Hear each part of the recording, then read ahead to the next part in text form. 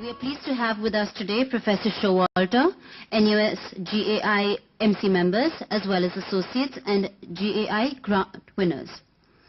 A quick word about today's program. We shall begin with welcome remarks, which will be followed by 3 presentations made by the NUS GAI research grant winners. Each presentation will be for approximately 30 minutes, followed by a 20-minute question and answer round. The presentations and Q&A will be chaired by Professor Showalter. As you may be well aware, the workshop has been organized to showcase NUS GAI's research projects, as well as to facilitate an exchange of ideas. Therefore, I request you to please feel free to ask questions and share your views.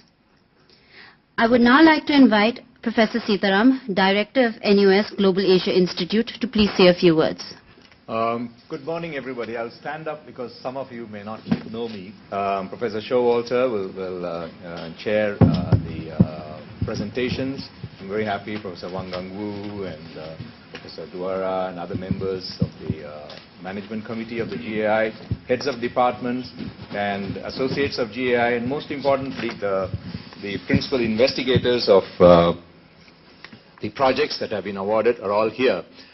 Today is an important day for GAI because one of the ambitions of GAI was to showcase the variety of innovative and integrative research that is possible with the academic sociology of the NUS. So the NUS Global Asia Institute, which was set up in September 2009 when the President announced at his State of the University address this new initiative, since then we have been working very hard with the colleagues here to come up with new ideas of research which can address some of the critical issues for Asia. To give you a little bit of backdrop, as you know that we have been discussing the enormous transformation that is happening in Asia, economic, social and political. And these are complex and multifaceted, and they have complicated interconnections. And I've been sharing some of these conversations with the principal investigators. While we have methodologies and ways to find solutions essentially coming from North American, European ways of analyzing things, bodies of knowledge, Asia poses new types of challenges. And some of them can be even endemic problems in terms of like data availability, in the ways of modeling things because of social, cultural and other dimensions which we haven't adequately looked at when we frame questions or look at problem to be solved in the way we need to wear a different lens maybe, and maybe we need to look at things differently. And this is where we hope the Global Asia Institute will make a distinct contribution for solving the critical problems for the future of Asia.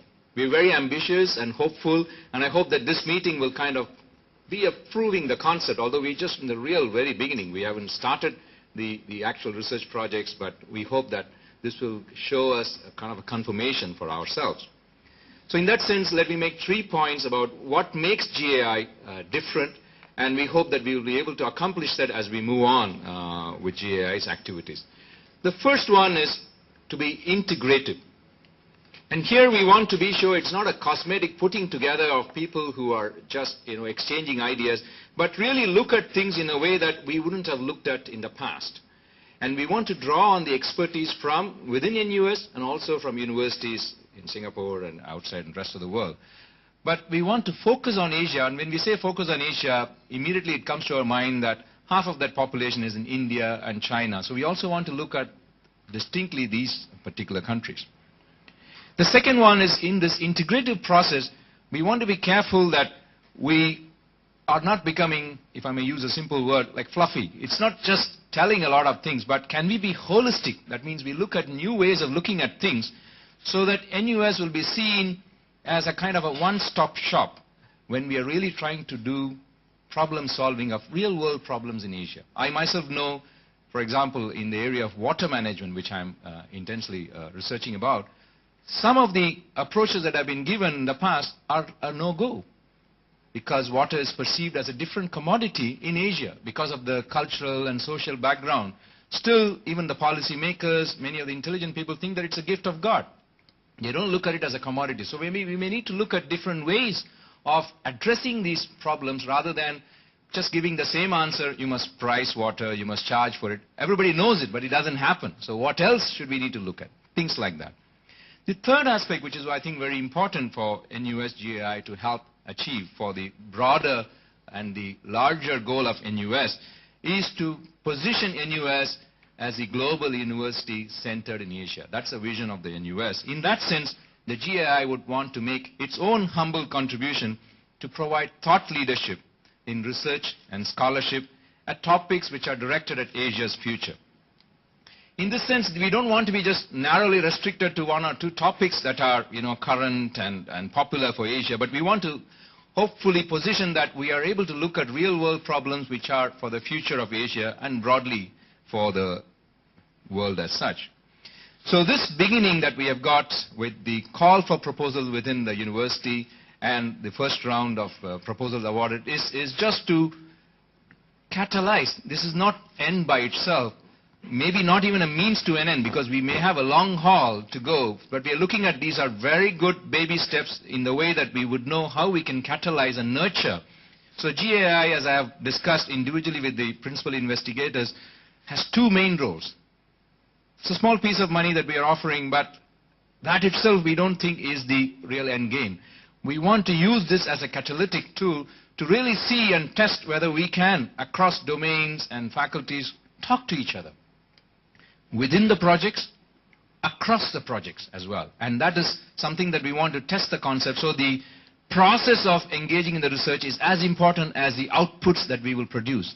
And again, with the outputs, we want to see how we can communicate with the policymakers and others who will be drawing from these findings to really be better informed and make decisions in a way that will help solve the problems of Asia. So we want to show the contribution of NUS to the larger domain out there who are looking for solutions, and we want to show our thought leadership.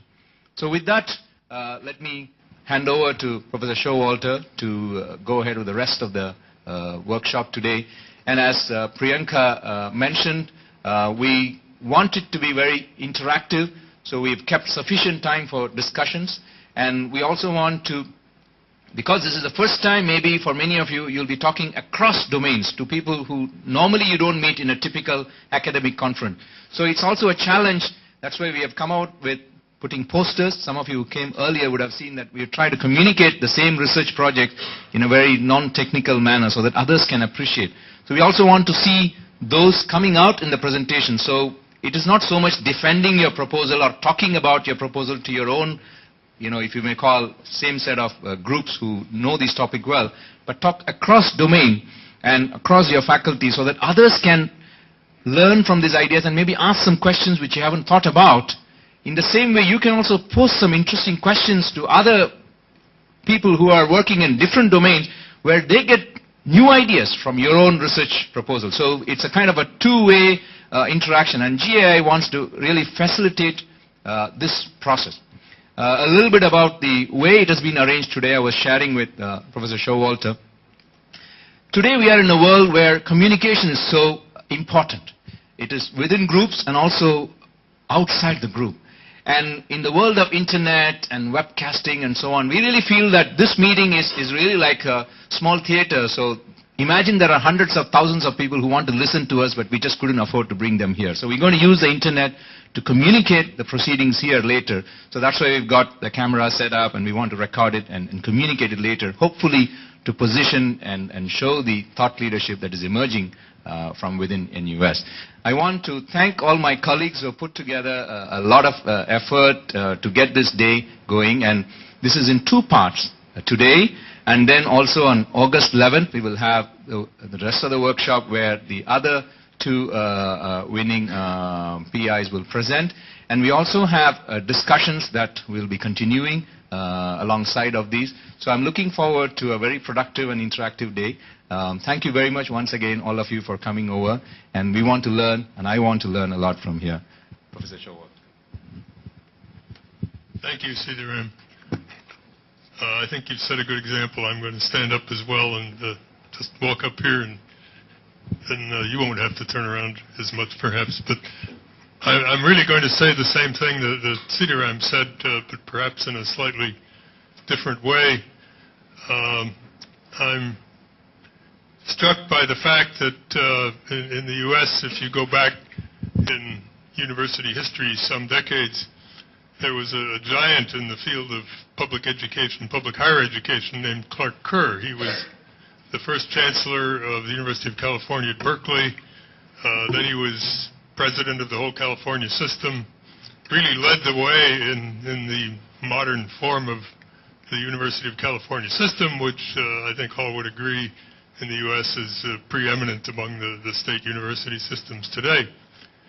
But he had a good sense of humor, too, and he was once asked to define a university. And he said, well, a university is a group of people, each with their own individual ideas going their separate ways, and they're united by a common parking problem.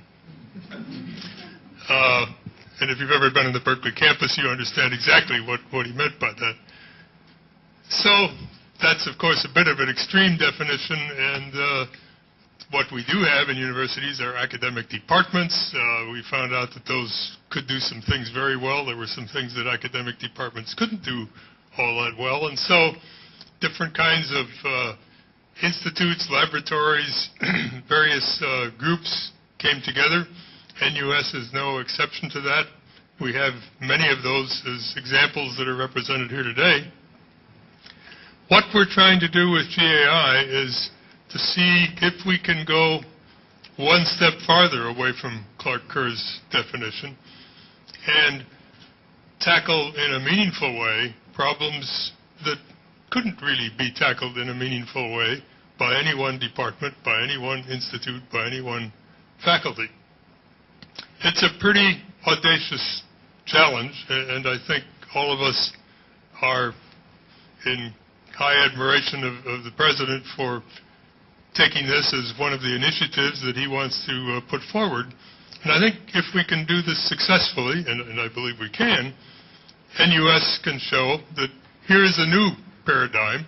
Maybe a new Clark Kerr will emerge out of this to define in a different way what a modern university is. So we have a real challenge before us, I think a very exciting one. And as Cedarham said, today is our first step really into the water.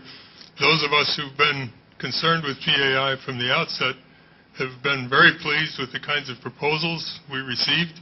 5 of these are now off and running and beginning to do some work. And so we thought it would be a good idea at an early stage to ask the people who are working on these 5 projects to tell us what they're doing, but tell us in a way that will test the experiment. So really, this is an experiment today to see, can we talk across our different disciplines, institutes, and organizations in meaningful ways that will benefit the issues that we're going to be talking about. And we believe that can happen, and we hope that you will believe so also and very much take part in this. There's just one thing that Cedarham said that I would perhaps take a little different view from. He talked about pretending that you're in a cast of thousands. I'd suggest you pretend also that you're in a cast of 3 or 4 sitting around a cup of coffee, and when you hear someone talk to you, you have some questions and you want to find out a little bit more about it.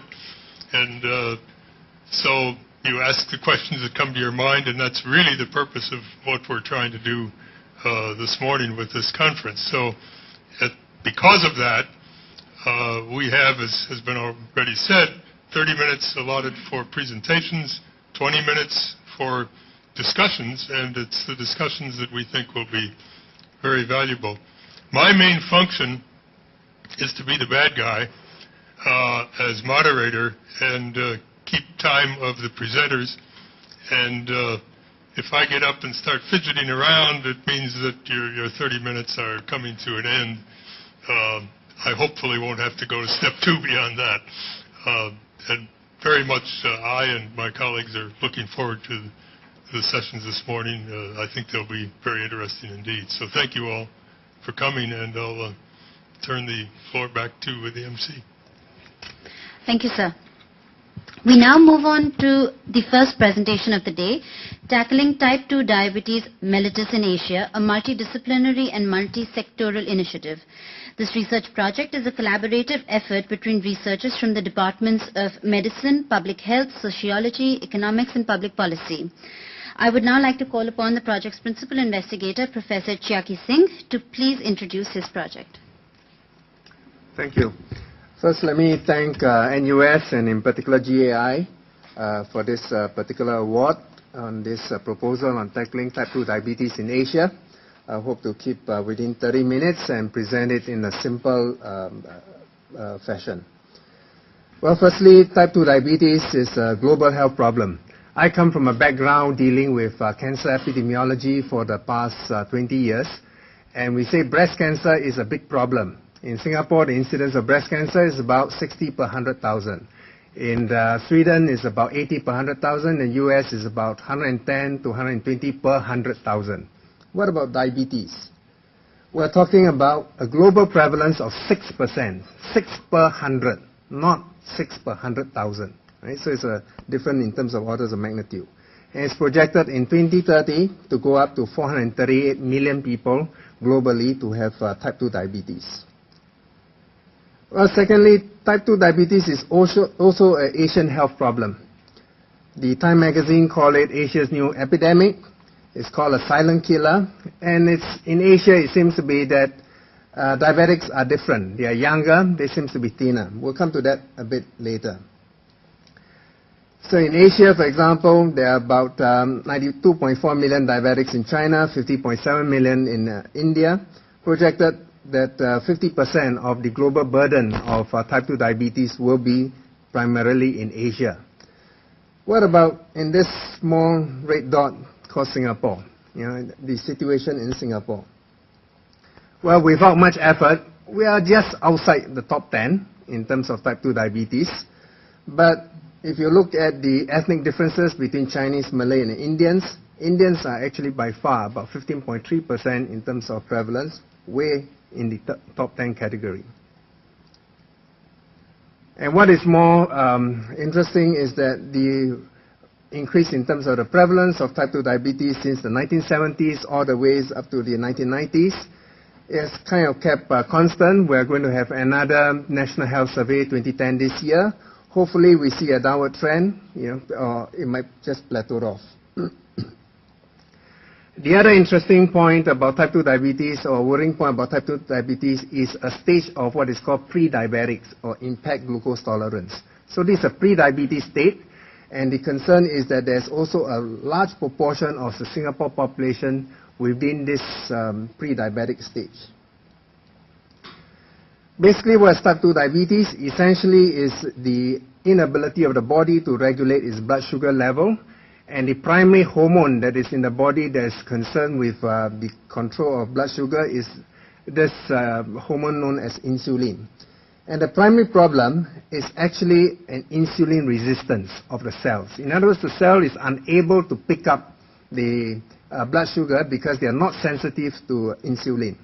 As a result of that, the pancreas, which has a cell called beta cell that secretes insulin, will start reacting by pumping more insulin until a point whereby the pancreas itself just gets exhausted, and then the insulin level drops, and finally you have blood sugar level rising. Now, what's the big deal about having high blood sugar? And one of the big factors that affects in terms of insulin resistance is in fact obesity. So what's the big deal about having high blood sugar? The main thing is that it damages blood vessels. You have damage to small blood vessels. And in this example, you have the peripheral blood vessels of the feet, and that causes decrease in terms of capability of wound healing, of sensation in the lower limbs. And it's quite common to see this kind of patients presenting in the wards with diabetes and having ulcers that doesn't heal, and finally ending up with amputation. The small blood vessels of the eye are also damaged, and you don't need to be a doctor to say that this retinal image of the eye is abnormal. So you end up with blindness and in fact what we call diabetic retinopathy. In other words, retinal damage due to diabetes is one of the principal causes of blindness. And the small blood vessels of kidneys get damaged, you end up with chronic renal failure, having patients undergoing long-term dialysis. So it's not just this damage to small blood vessels, it's also damage to large blood vessels, resulting in clots, having heart attacks, as well as stroke. Now in Singapore, we have conducted, the Ministry of Health have conducted what is called the burden of disease study, and essentially looking at the number of years of life loss as well as years living with disability, and combining these two index together, diabetes is the top. The bottom line is that diabetes is not only a silent killer, it is actually a silent robber in terms of healthy lives. So the first point I want to make this morning is that type 2 diabetes is a global health problem, it is an Asian health problem, and it's also a Singapore health problem. Now if you look at the differences between the ethnic group, superficially you would think that the major driving force would probably be genetic differences between Chinese, Malay and Indians, resulting in the difference in terms of prevalence of diabetes between Chinese, Malay and Indians.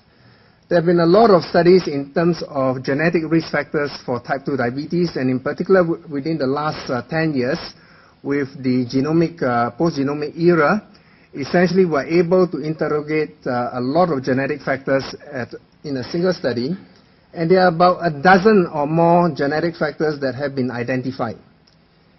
And essentially the bottom line at the end of all these studies is that genetic factors actually play a very small role in terms of the etiology of type 2 diabetes.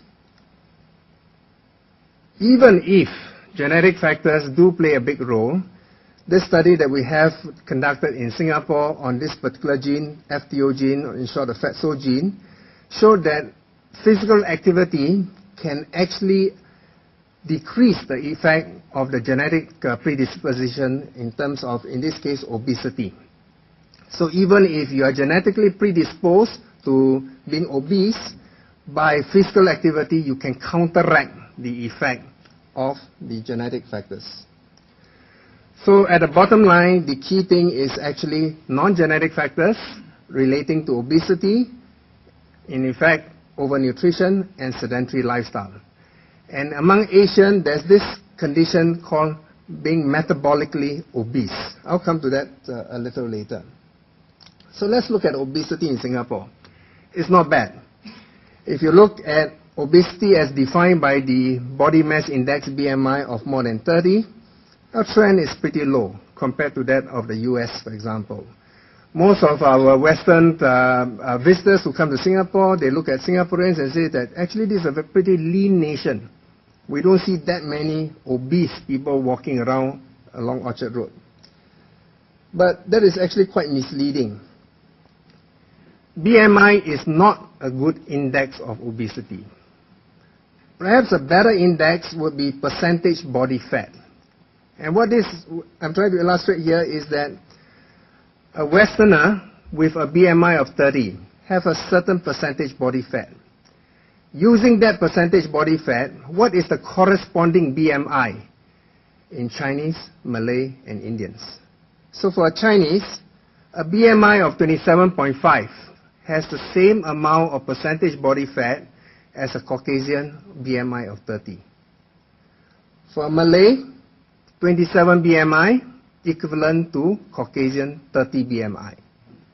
For an Indian, 26 is equivalent to 30 in a Caucasian population. So WHO have basically came up with a guideline of 27.5 as an average for Asian, that someone with 27.5 should be considered obese for an Asian. So if we use 27.5 as the cutoff point and we plot in terms of the, at least in a Singapore context, it doesn't look as great. Right? Our obesity rates are fairly high. So the bottom line is Asians are obese. Just like everything, we hide things pretty well. Right? One of the reasons, overnutrition. Singapore, we are a nation of overeaters. in terms of carbohydrate, in terms of total energy, in terms of saturated fat, we are way above in terms of the recommended intake. Rice is another interesting thing. I think you've read Straits Times yesterday about white rice, and that was based on a Caucasian study, the Nurses' Health Study and so forth. But this was based on a Shanghai study, a Chinese population. So even within the Chinese population study, rice of more than 200 grams per day would have an increased risk in terms of, or 250 grams per day would have an increased risk of type 2 diabetes. How much is 200 grams of rice per day? One bowl of rice, right? So just a standard one bowl of rice, we actually have about increased risk of type 2 diabetes. Sweetened drinks consumption in our own Singapore Chinese Health Study within the School of Medicine, just 2 drinks of Coca-Cola per week will have an increased risk in terms of type 2 diabetes. And if you look at the National Nutrition Survey done in Singapore, the younger population have pretty high consumption in terms of sodas and so forth. Physical inactivity, again, age dependent, particularly among the more older age group, you have actually very high prevalence of physical inactivity. And you ask them for reasons, you have things like no time, and very honestly, just plain too lazy to exercise. So the second point I want to make is that obesity is the primary risk factor for type 2 diabetes. Asians are obese without realizing it. Obesity has greater effect on Asians' type 2 diabetes risk. Now what about the prevention of type 2 diabetes? There are actually a lot of studies, population-based studies, in terms of how do you prevent type 2 diabetes. Let me just highlight one example in this New England Journal publication, where they distributed people to different kinds of interventions. A placebo drug, a metformin drug which is used for treatment of type 2 diabetes to control blood sugar, and then the third group, no drugs, low calorie, low fat diet, 115 minutes per week of brisk walking with a target weight reduction of about 7%. After 4 years of follow-up, the curves separate out beautifully. Essentially that physical activity, lifestyle intervention was even much more effective than a drug like metformin.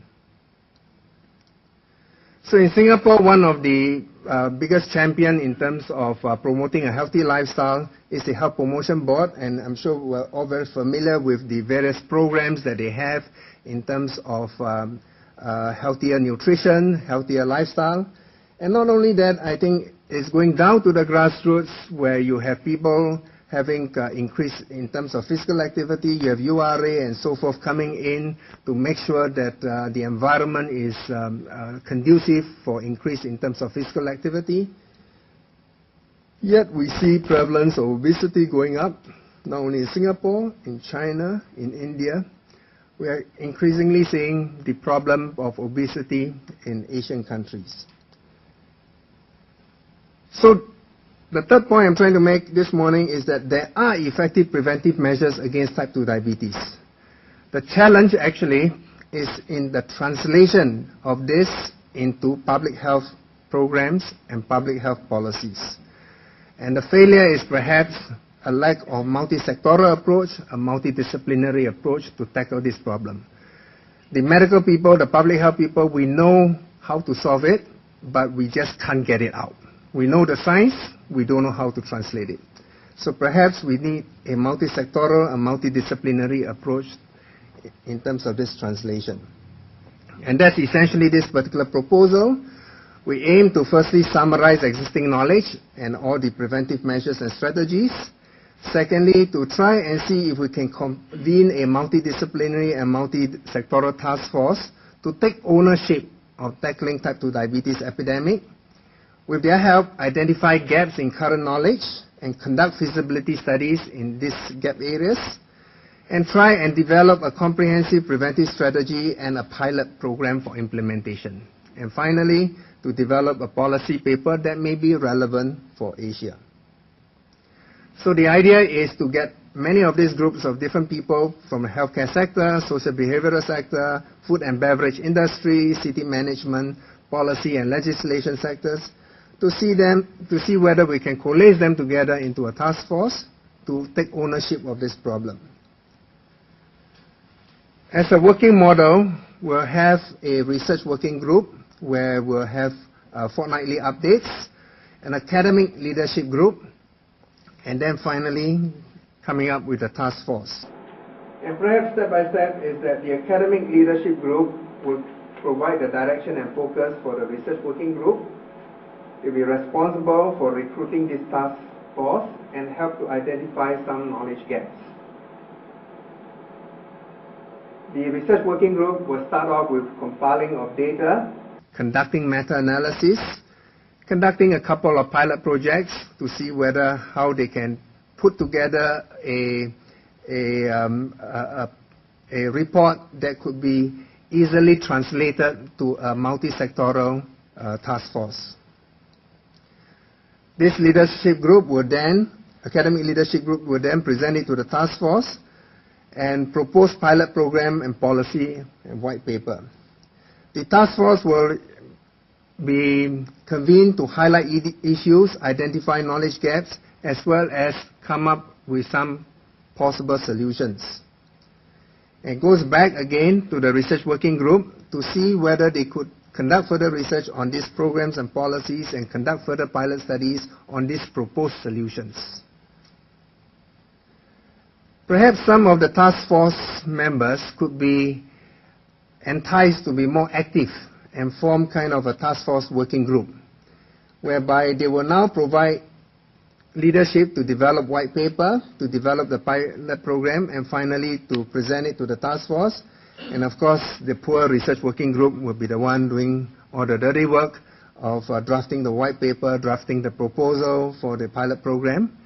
And then finally, the task force can endorse the white paper and endorse the pilot program. So at the end of the day, the end point is that we hope to be able to have this white paper as well as a pilot program that we can, say, test it out in different regions. So some ideas in terms of this pilot program that we're thinking of coming up with is that if it could lead to a paradigm shift of, firstly, increased physical activity. Currently, at least in Singapore, physical activity is not part and parcel of everyday living. It is more leisure. So the parks, connectors, and so forth, the encouragement to have physical activity is more outside of workplace. It's more as a leisure activity. Can we create a paradigm shift and make physical activity part and parcel of everyday living? Secondly, in terms of decrease in intake of calories and carbohydrate, currently it's quite difficult to increase, to be able to get food items that actually encourage a decreased intake in calories and increased intake, for example, in terms of high fiber and decrease in terms of carbohydrate. Partly because the demand is not there from the consumers. Secondly, market forces actually encourage the consumption of high calories and high carbohydrates. Could we move or cause a paradigm shift such that low calories and high fiber is actually good for business? Quite similar to the current move, like, for example, being green is good for business. And some specific smaller pilot project perhaps will be in the relation between brown rice and type 2 diabetes. This was also reported in Straits Times a couple of days back. Essentially, the Harvard School of Public Health conducted this study using the nurses' health study, the physician health study, and looking in terms of brown rice as a protective factor against type 2 diabetes.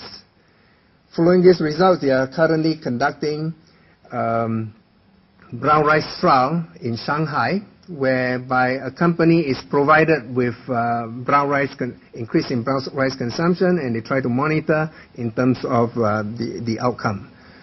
So should study be done in Singapore? Is it necessary to do it? What's our population perception towards brown rice? What's the other countries' perception towards brown rice? I mean, for the Chinese, brown rice is actually for the poorer people, for example. The fact that we eat polished rice means that we have arrived, rather than eating brown rice. Another interesting area is actually coffee. Rob Van Dam, formerly from Harvard School of Public Health and now with NUS, he has done this systematic review in terms of coffee consumption and type 2 diabetes risk. So comparing the coffee drinkers who are in the highest consumption group versus the lowest consumption group, most of the studies essentially showed that coffee consumption protects you from type 2 diabetes. What about the others? So even the third highest compared to the lowest group of coffee consumption has some protective effect. Coffee break soon. So take coffee to protect against type 2 diabetes. Coffee with brown rice. Come on. All right. Even in our own Singapore Chinese Health Study, we have shown this results that are consistent with what we have found. So even in the Singapore Chinese, you get a 30% reduction in terms of coffee intake when you have more than 4 cups per day. Right? But coffee has been a bad boy in the past. Coffee was associated with actually increased risk of heart disease. Especially the first studies that came out were especially in the Scandinavian countries. And one of the reasons is the coffee that was drunk there was quite different. It was actually boiled coffee. So you actually boil the coffee, and when you drink it, you actually have a lot of sediments of the coffee. And one of the chemical compound that cause increase in terms of cardiac effect is actually a compound called cafestol. And it seems that you could actually remove it very easily using a filter paper. Right? So subsequently, you have filtered coffee. Well, in Singapore, what kind of coffee do we drink? Here, academics, we go down to Spinelli and so forth. But in a coffee shop, what do you have? We have actually the traditional coffee filtered using the sock. Is this effective in terms of removing cafestol? There are different patterns of drinking coffee in Asian regions. Are those also effective in terms of removing cafestol? Could we really come out and say, drink 4 cups of coffee per day, and it'll protect you from type 2 diabetes, and add half a bowl of brown rice as well? So some of these kind of pilot studies we're currently conducting. Rob is collecting coffee specimens from various countries, and we're trying to analyze some of these chemicals. Another idea is that we know of Pongo 21. It's going to be a new town. It's going to be a fantastic town. Perhaps if we come up with a pilot program in terms of decreased energy intake and increase in fiber intake, as well as increased physical activity, we could test this out in a particular community, for example, in Pongo 21. I run a Singapore consortium of cohort studies whereby basically what we do is we monitor large population groups over time, where we collect data, we collect blood specimens. Currently in this cohort we have 22,000 Singaporeans of whom we are following up. In another study we have 63,000 Chinese, that's the Singapore Chinese Health Study. So we know how to monitor populations in terms of their lifestyle. So we have the infrastructure for health screening and health monitoring of large number of subjects. We could easily apply this to Pongo 21 and compare that with existing cohorts that we are currently doing. My engineering colleagues have excited me about the use of modern technologies in the population studies. They can have biomonitors printed onto a plaster, and you can plaster, all of my subjects all over the place.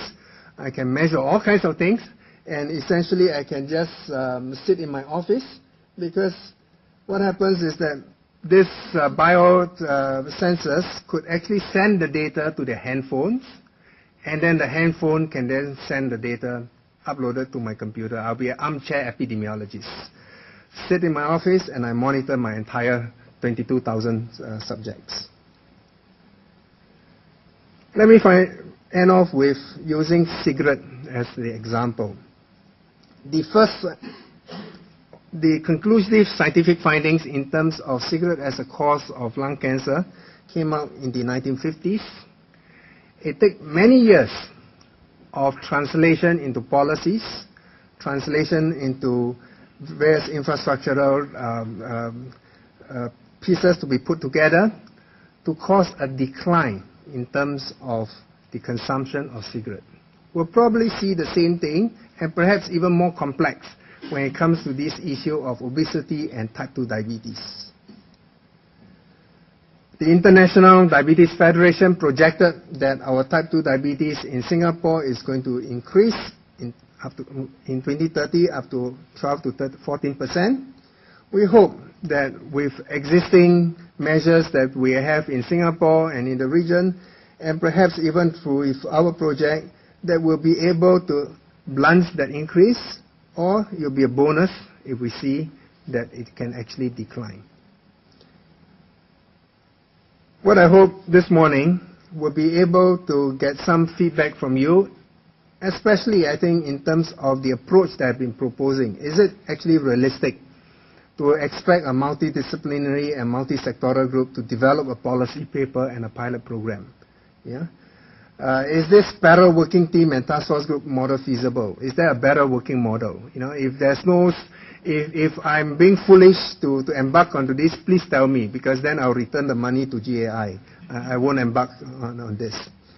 And secondly, some of those pilot projects that I've proposed, are those, perhaps you may have some other ideas of some additional pilot projects that we can do.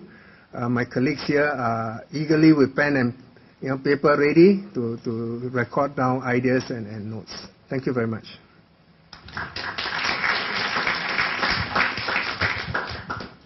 All right. This presentation is now open for discussion, and we have ample time. I would ask that the first time you speak, if you'll say who you are and give also your affiliation, then we'll get to know each other a little better. Gung Wu.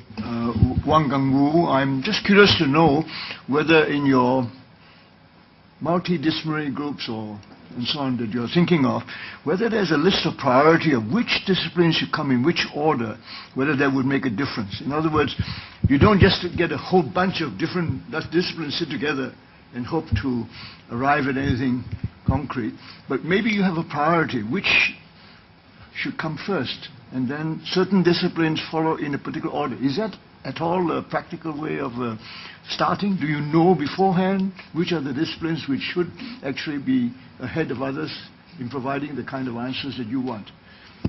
Yeah, I think that's a very good point, and I think definitely it is possible to kind of prioritize which groups needs to be recruited first.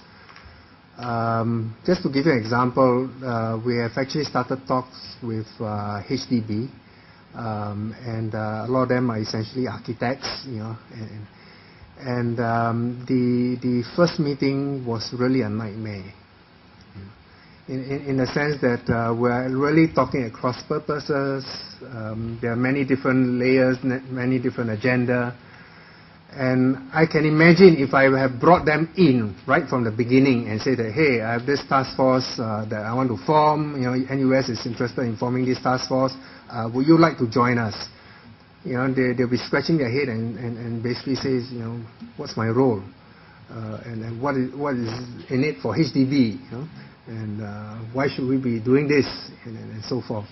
So I agree with you that I think the approach would need to prioritize different groups and not just groups, but even I think organizations and agencies. Yeah, we'll probably need a lot of advice from the various ministries, and a lot of groundwork needs to be done. That's why the task group is not going to be convened until almost like 1 year later.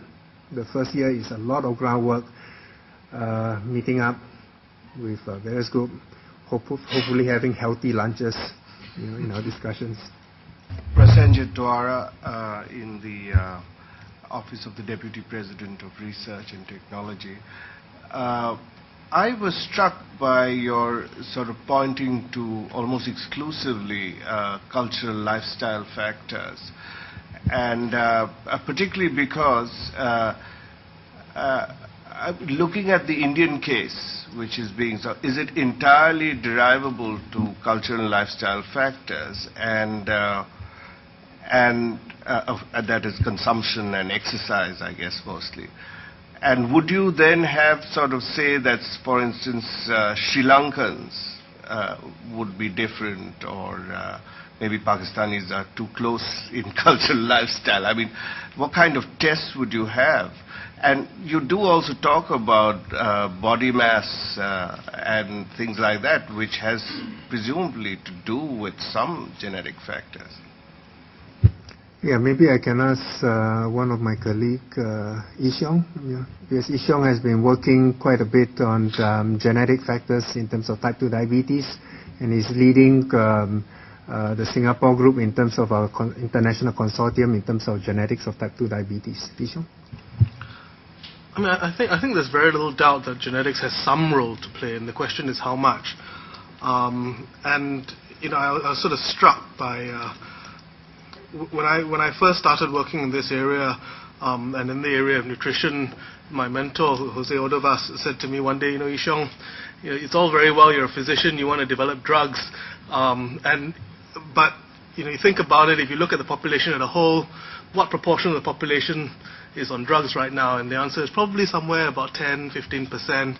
And he said to me, you know, what proportion of the population do you think eats on a fairly regular basis?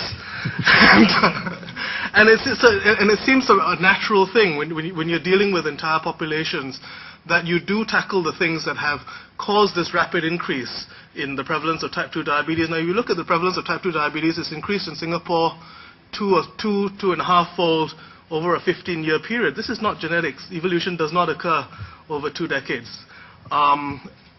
Some people will fail. Whatever we do, some people will fail. These are probably people with genetic predispositions. Even those individuals in a program like this, you want to pick them up early.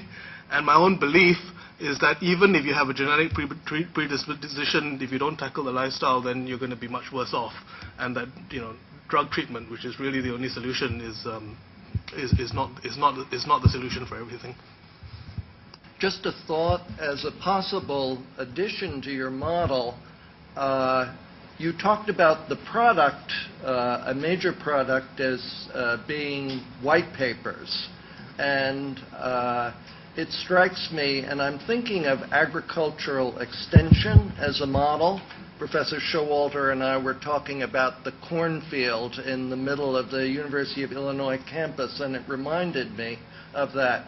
If you look at agricultural extension, you are struck by the complexity of the process through which the results of research such as yours, and by the way, this was a marvelous presentation, one of the best I've seen, you know, moving from white papers to extension bulletins. And in this era, we would be talking about podcasts and Twitter feeds and a whole spectrum of things that many of us don't have a lot of experience with.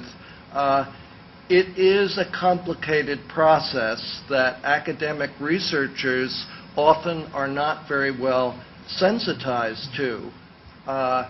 Perhaps GAI could provide a model through this and other projects of building in an extension model, as is done in agriculture, much earlier in the process. So as results are coming out, they quickly can be disseminated in what are the most effective manners. And researchers like us are probably not going to know what these are. Very, very good point. In fact, it reminds me of your curve on the smoking, anti-smoking situation, and how long that took to have an effect. Right. It could be that with all the changes that have occurred in the last 50 years, that time lag could be reduced if we were smart enough to do it rather substantially. Yep, definitely. I mean, say for example, the Harvard School of Public Health Department of Nutrition, they do put out a lot of this nutritional advice and so forth on their website. The downside to that is that a lot of times you're actually reaching out to the converted. The idea is how do we actually reach out to those who are really in need. Exactly. Lifestyle changes you proposed. One thing that I didn't see there is something that is very popular in mass media now. It's about low carb, high carb diets and lifestyles. And one thing that struck me here when I came first to Asia is not just white rice, but the overall huge proportion of carbs in the diet, and then combined with probably trans fats and other things. Now, related to this, so the first question is that something that you might be looking at in terms of dietary changes? The second, quite closely related to this, I think, is you have F&B industry here as one of your 5 circles, right?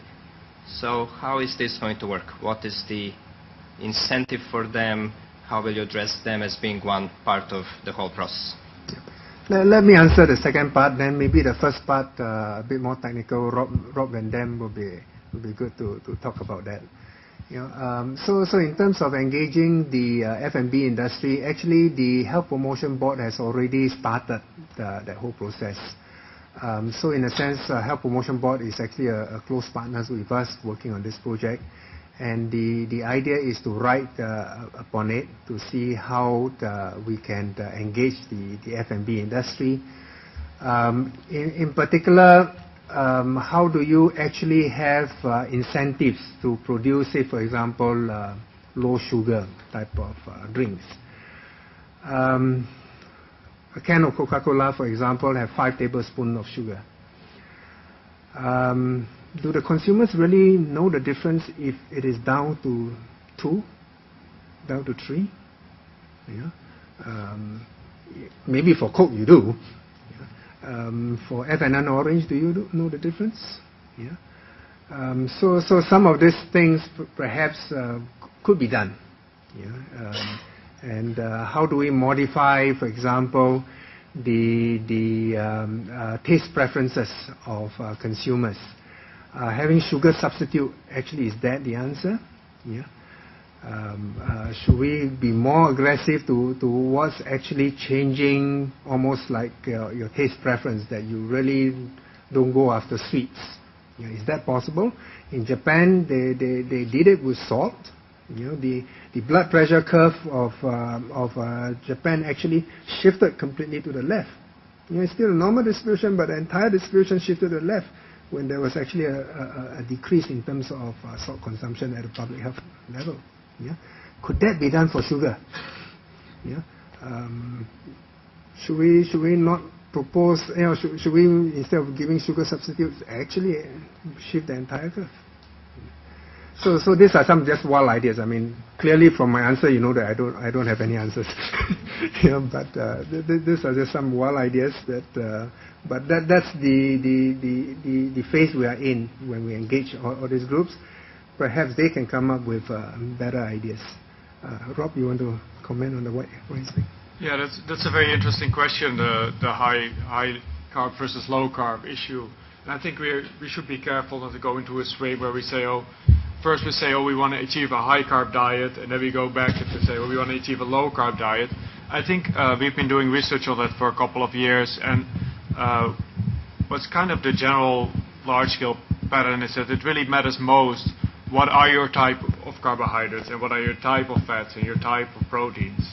And what we see in general, the broad picture is that people eating healthy types of carbs like whole grain products, and people eating vegetable sources mainly of fats and proteins, that they really have the best health profile in terms of diabetes, but also other conditions, heart disease, and overall mortality. And the people eating worse sources of these macronutrients being worse off.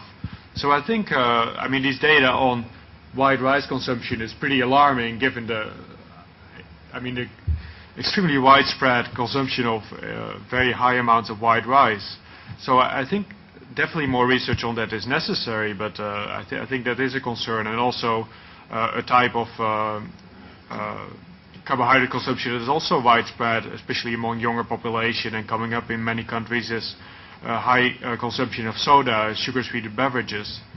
So I think targeting these specific types of carbohydrates, I think the evidence base for that is better than targeting carbohydrates in general.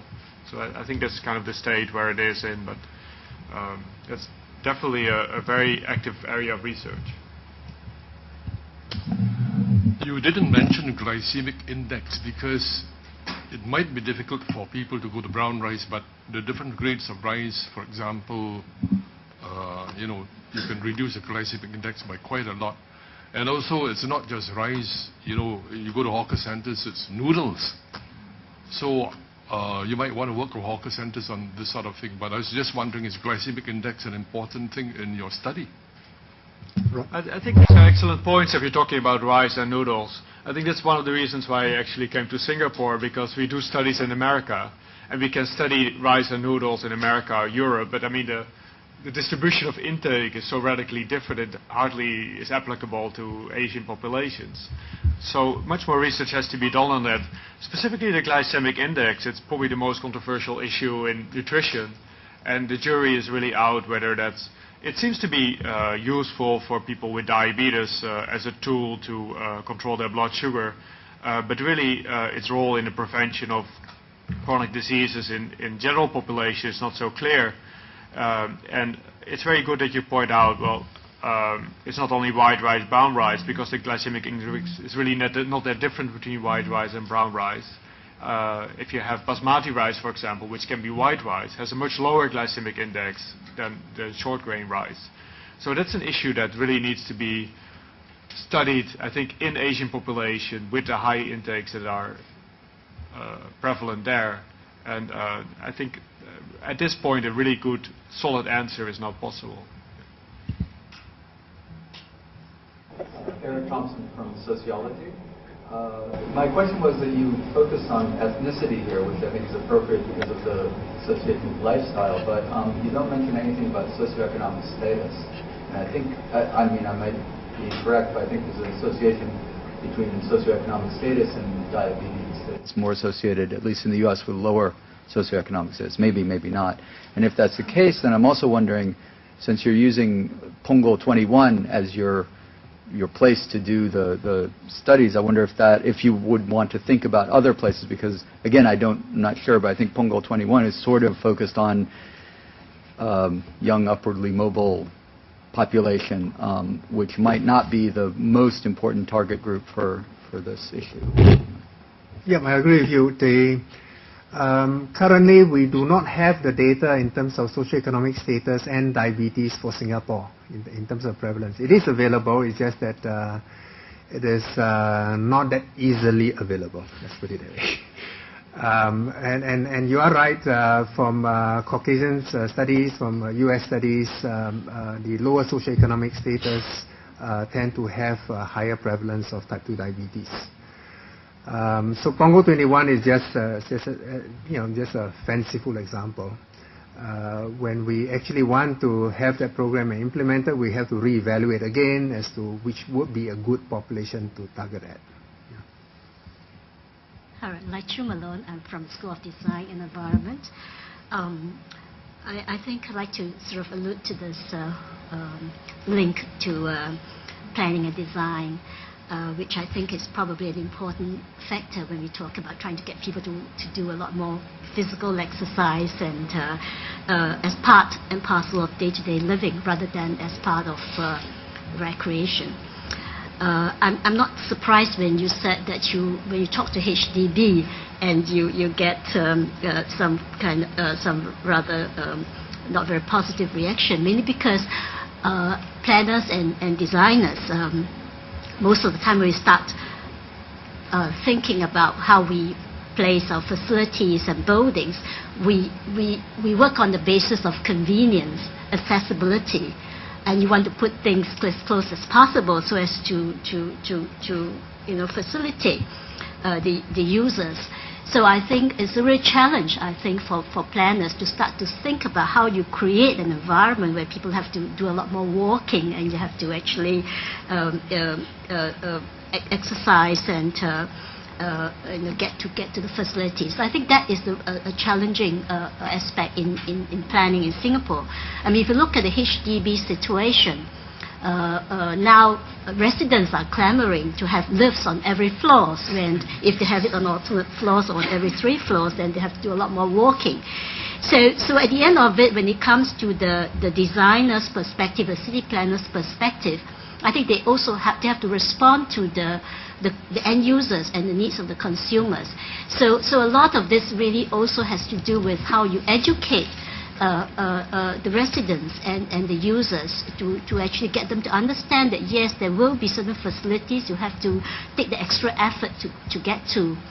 There will be some design interventions. I think you can think in terms of covered linkways, you can think in terms of making the walking more pleasurable and more convenient. I think these things can be done. But I think at the end of the day, really there has got to be that close interaction and understanding with the residents. So I don't know, as part of the study, there's also this whole question of building awareness and getting people to realize that these that there will be some kind of adjustments and adaptation on the part of how the city environment, urban environment has to come through. Yeah. Thank you. Yeah, so for physical activity and diet interventions, definitely there need to be a lot of such educational and outreach kind of initiatives. So of course it is not within this project per se to be able to do that. You know. But Health Promotion Board in particular are working very closely with us, and they have such a vehicle to do that. But I think the value add that we can bring to the table for Health Promotion Board is how do you, are there other creative ways or creative ideas to reach out to those who are actually in need? You know, because currently the feeling is that we are just targeting the converted. Yeah. Seng, thank you very much for a wonderful initial presentation. I think you got us off to an excellent start. As I've listened to the discussion, I won't remember them all, but it seems to me fields that turn out to be terribly relevant to this beyond the people who presented and talked about nutrition. You get involved with biochemistry, with agriculture, with psychology, with sociology, with marketing. That's what GAI is all about. I'll turn the podium back to our MC. Thank you, Professor Showalter, and thank you, Professor Chia Seng, and to your team for that excellent presentation. In keeping with our efforts to be healthy, I'd now like to invite you to Nexus for a short coffee break. See you back after 20 minutes. Thank you.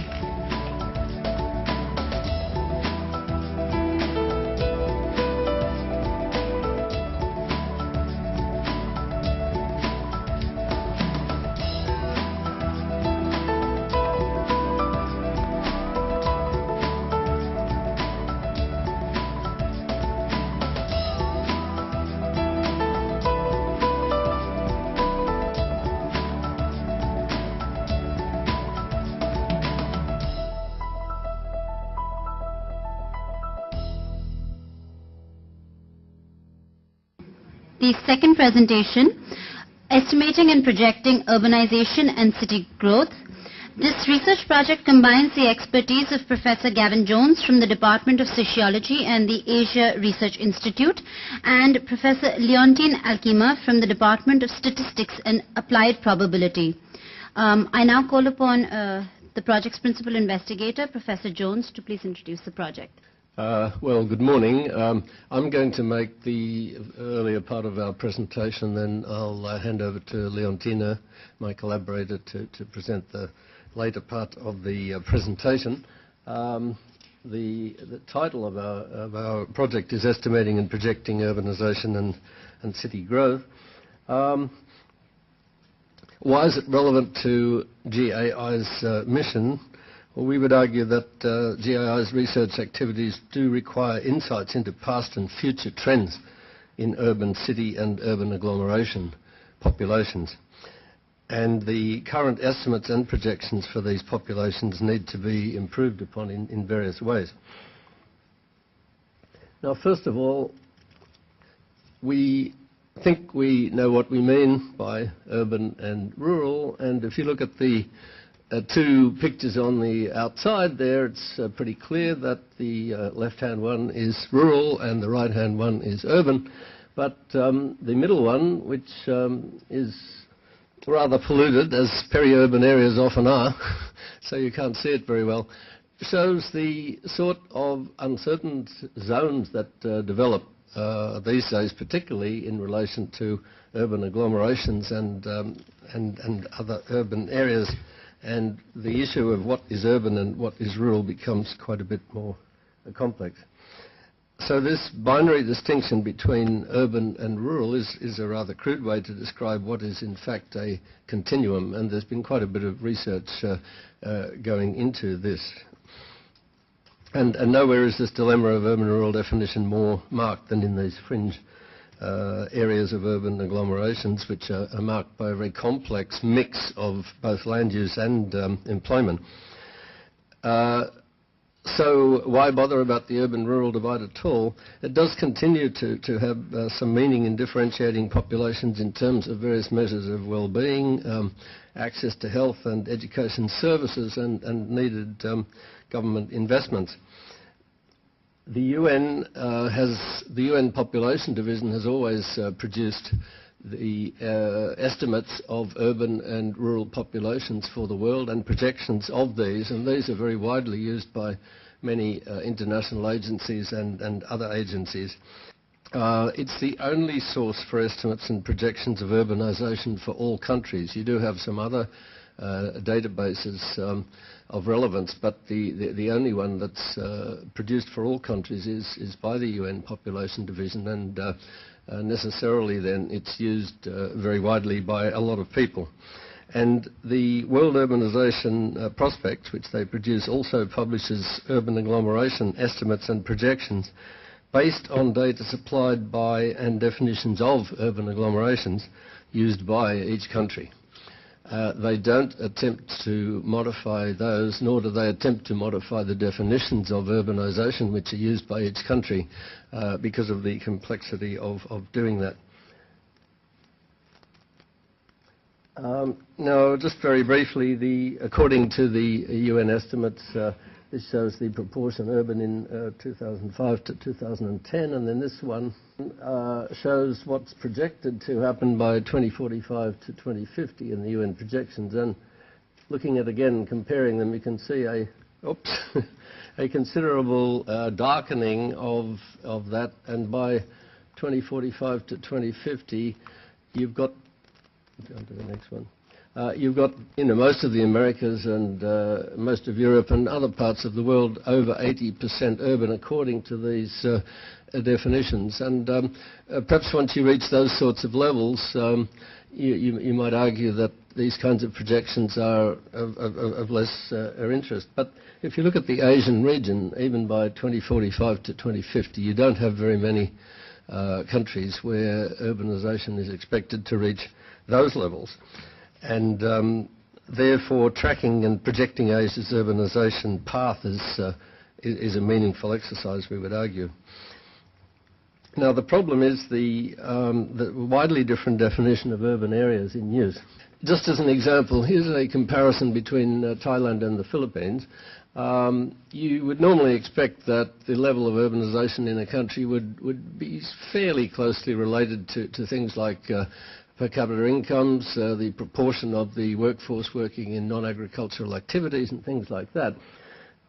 If you look at Thailand and the Philippines, if you look at 1970, Thailand was a little wealthier than, the Philippines was a little wealthier than Thailand at that point, and it also had a lower proportion of the workforce in agriculture, and therefore, as you might expect, its level of urbanisation was higher than in Thailand. But 33% as against 13%, that doesn't look very correct.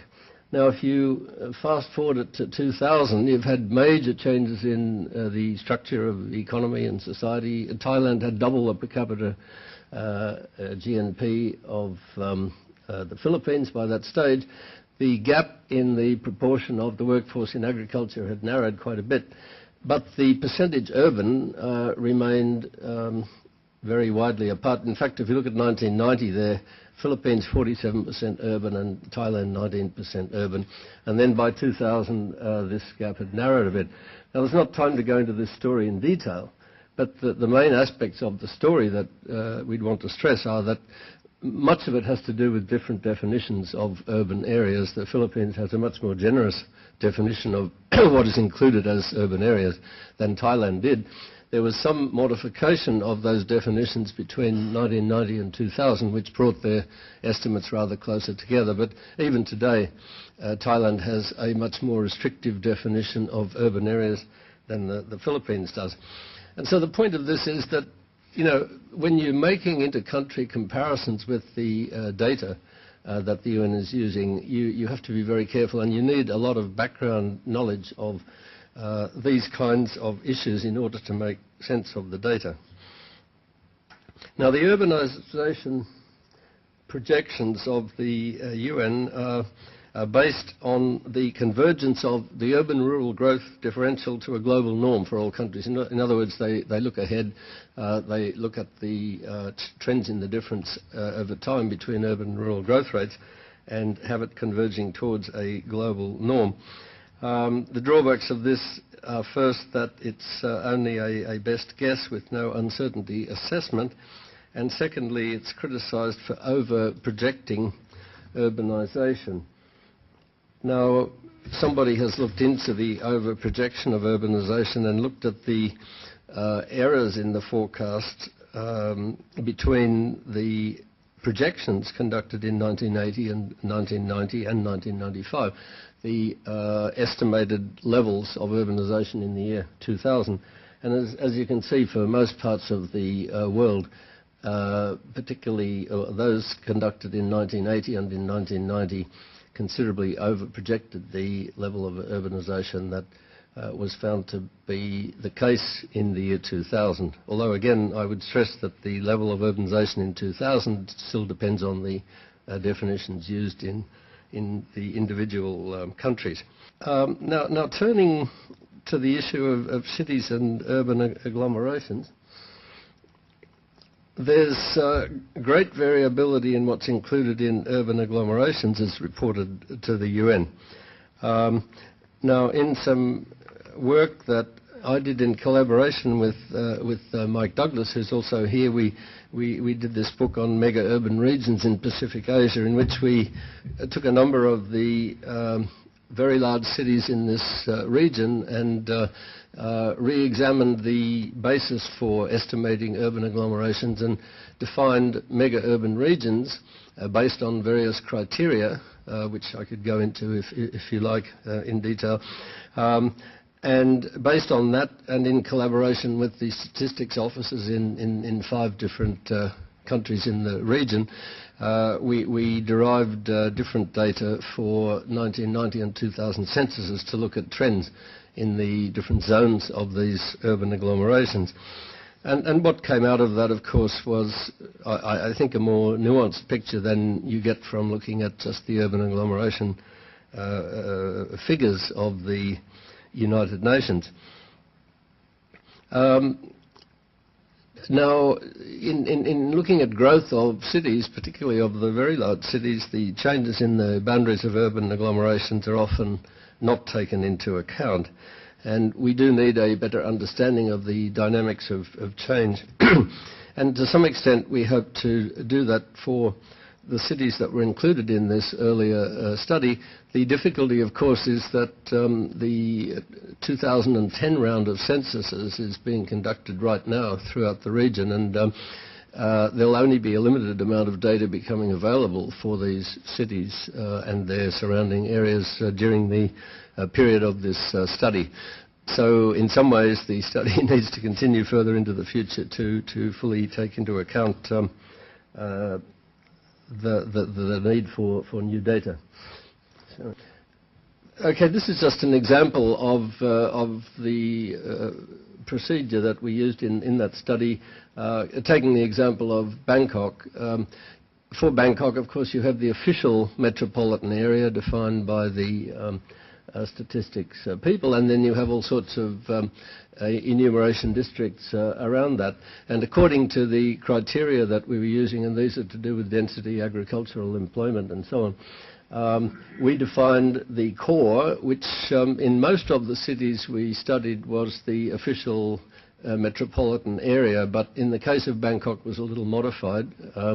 And then we had the inner zone, that's the lighter grey colour, some to the north, east and south of the official metropolitan area.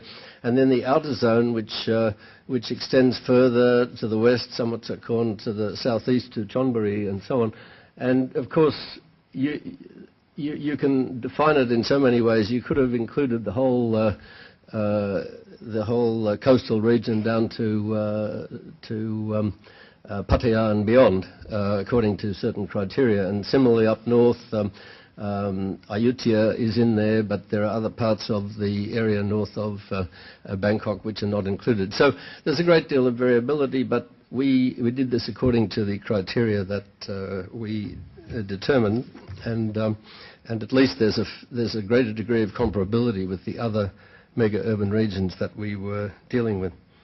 Okay, so just a few comments about urban agglomerations and urban hierarchies. The modification of the urban agglomeration estimates can greatly affect the study of urban hierarchies in different countries. And the urban hierarchy is a matter of looking at the gradation of urban areas by their sizes, and there are all sorts of rules like the rank size rule which are applied, which show certain typical commonalities in the way that these size of city distributions go.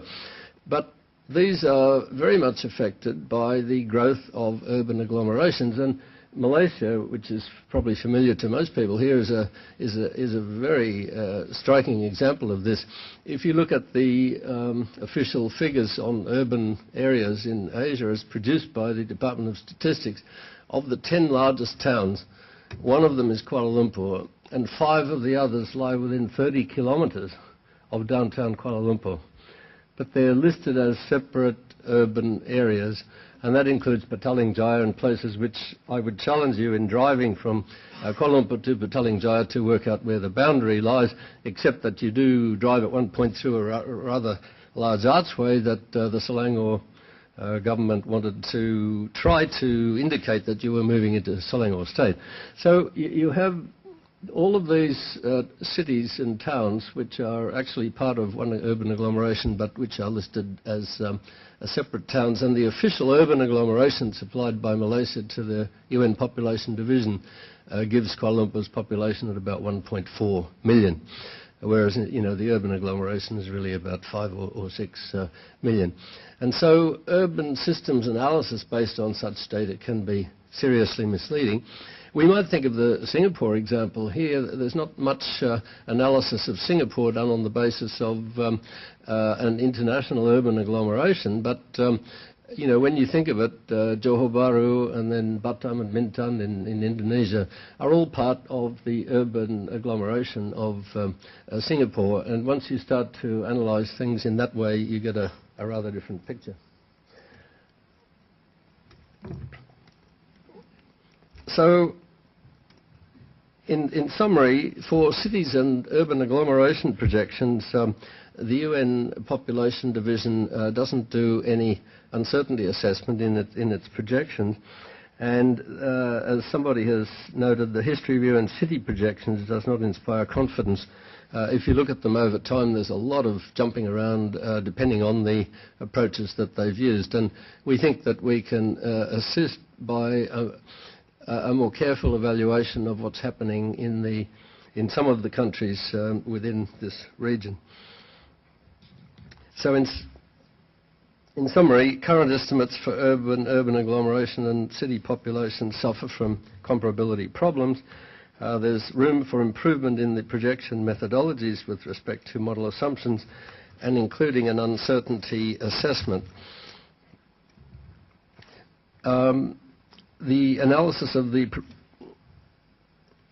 proportion urban and various determinants will be conducted to construct more comparable estimates of urbanization levels by country, might say correlates and determinants, modified estimates of urban agglomeration populations for a number of major Asian cities based on census data.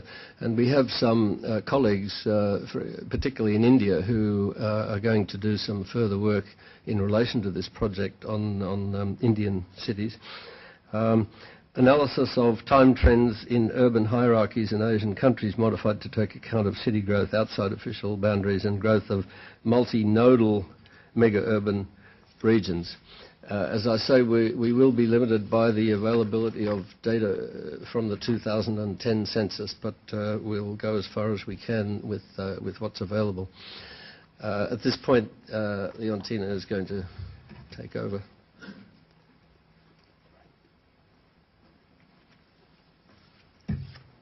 Thank you, Kevin. I'm going to take over to talk about our research approach for improved projections of urban populations and cities and urban agglomerations. So we have 3 goals here. The first one is not so much an improvement, but it's about studying the projection methods that are being used in this region. We plan to visit city planners to see what projection methodology they use, to document the methods and do a comparative study of the methods used. So we plan to visit the planners in, say, Kuala Lumpur, Jakarta, Bandung, Singapore as well, and so on. Then the second and the third goal, developing new techniques for projections of urban populations and of urban agglomerations and cities. For those 2 goals, our ultimate goal is to develop methods that can be used by the United Nations Population Division to include in their world urbanization prospects, which are used worldwide. The idea for cities is to look at past trends within the city, so city growth rates, as well as trends within the country with respect to urbanization and trends in city hierarchies within the country. For urban projections, we plan to use the proportion urban as given by the national definitions that the UN uses currently, but also work with our revised estimates of proportion urban within a country based on the approach that Gavin just talked about. Now, to give a little bit more insight into what I mean by techniques for projections and to maybe cross borders of different disciplines, I'd like to illustrate our techniques by small examples. So to use urban projections as an example, our goal is to construct probabilistic projections of urban populations. And so I found that many non-statisticians don't really like the word probabilistic, but the only thing I mean with that is moving away from the one guess kind of projections. So specifically to quantify the uncertainty in projections, in this case of urban populations. In other words, instead of giving one best guess of future outcomes, we plan to give the user of projections a range of likely outcomes and relate a probability statement to those outcomes. Now, to come up with projections, we need a projection model. For projecting proportion urban in a country, our projection model will be based on historical trends of proportion urban within a country, as well as estimates and projections of demographic indicators that might be related to urbanization, such as changing age structure in a population. Now, in such a projection model, there are many parameters that need to be estimated. For example, the parameter that tells something about the relationship between urbanization and the changing age structure in a country. Now, to estimate these kind of parameters for each country in the world, because we want to come up with methodology for each country in the world. To estimate those parameters for each country in the world, and for all Asian countries, it might be tricky to do, because data might be limited. The number of data points in the past on urbanization might be limited.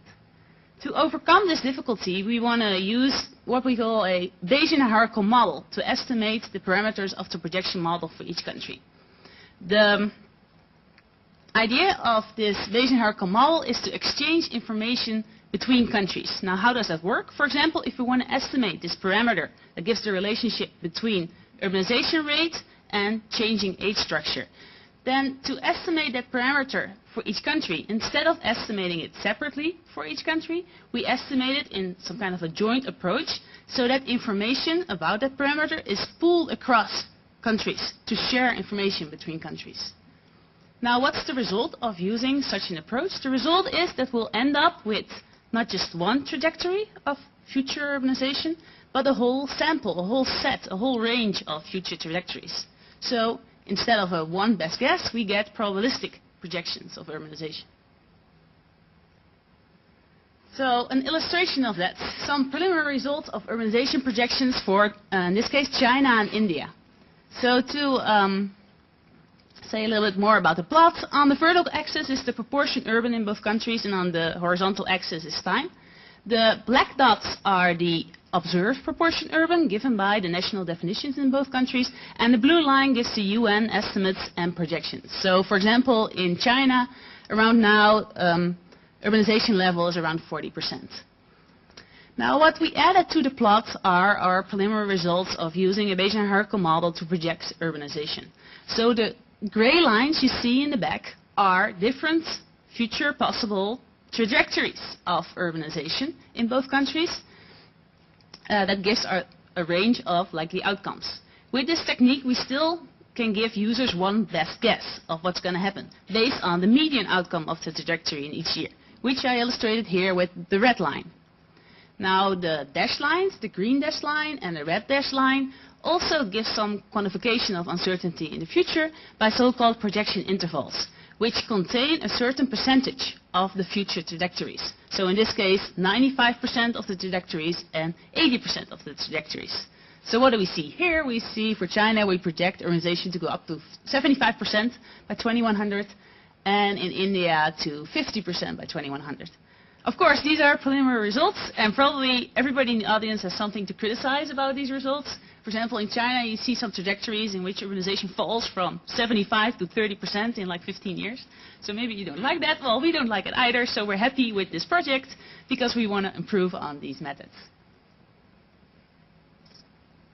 So then to come back to the big picture. So GIS research activities, they're related to, say, urbanization in Asia, city growth, sustainable cities. In order to carry out those research activities, we need reliable estimates and projections of urban and city populations. And as Gavin pointed out, there are serious problems with estimates and projections of both, and with comparability between those estimates of different countries and cities.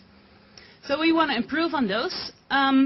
Specifically, and maybe that's unique about this project, we will work closely with the United Nations Population Division to improve its database and methodology.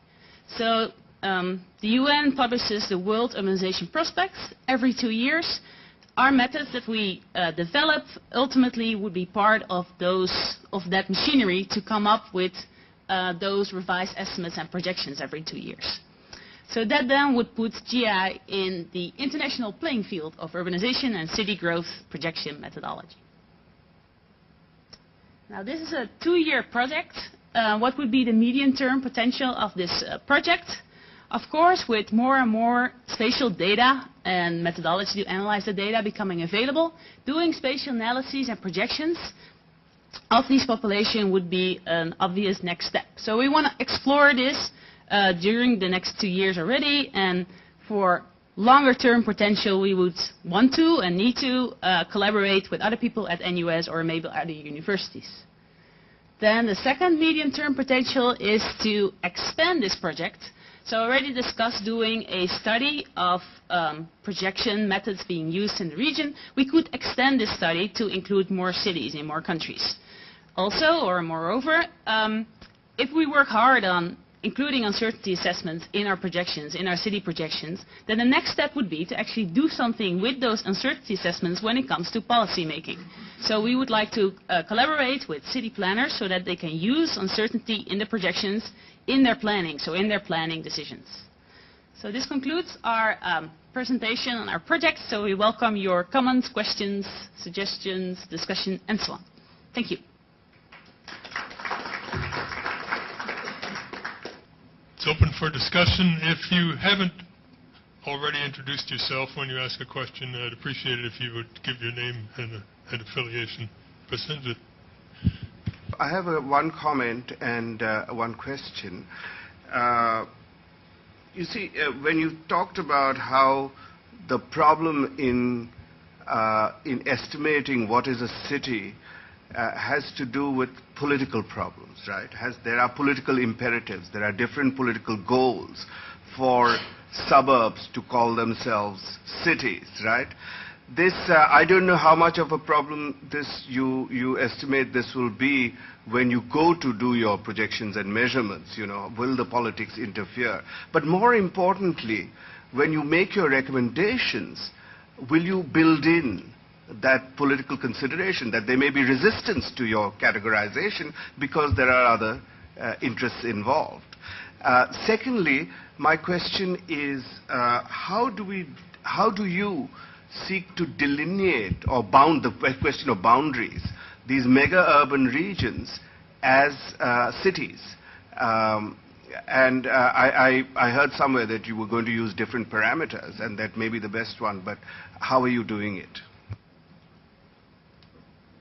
Yeah, thanks for that. The political aspects are clearly very important. I mean, the example that I gave of Thailand and Philippines illustrates them well, because in Thailand, one reason why there is an underestimate of urban areas is that you have to be, or in the past you had to be declared a municipal area in order to be considered urban, and that had all sorts of implications for fiscal and tax policies and so on, and the wealth of the administration of those areas. So, yeah, we're well aware of that. But even more so that these things do change, because in Thailand there was a decision to modify that, and in terms of what is considered an urban area.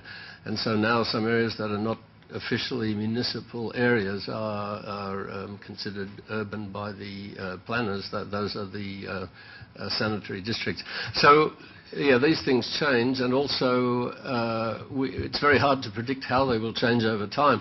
And this is part of the issue, that you're sort of looking at a moving target, so to speak, because of changes in definitions that will take place. So, yes, we have to draw that to the attention of people we're working with, and have to admit that nobody, you know, has this crystal ball of predicting exactly what political changes will lead to different definitions over time. That's beyond what we can do.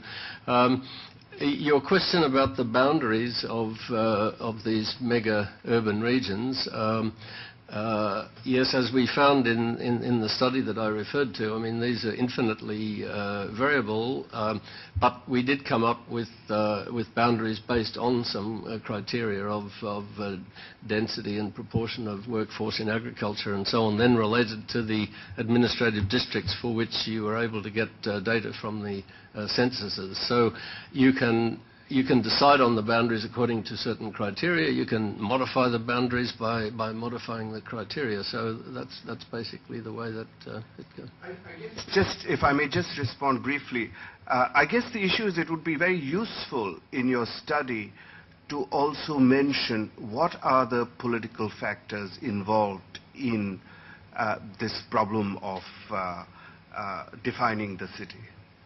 Absolutely, yes, yes. I'm reminded of an instance where some years ago I read an article about Houston, Texas, and those of you who know the state of Texas will understand this immediately, that this announcement was made that Houston is now the biggest city in the United States. And they had managed to accrete a very large area, and indeed it was the largest city in terms of area. And it happened by a vote of the council or something. So it just underscores what you're dealing with. Question here, please. Thank you, Gavin and Leonita. My name is Angelique Chan from Department of Sociology, and as a demographer/sociologist, I really appreciate the project. I'd like to go back to one of your slides where you talked about the urban-rural divide having it's important for differentiating populations in terms of well-being. and access to health and education services. And I wondered how much of the project, in addition to doing these probabilistic estimations, will include linking in with these different measures of well-being.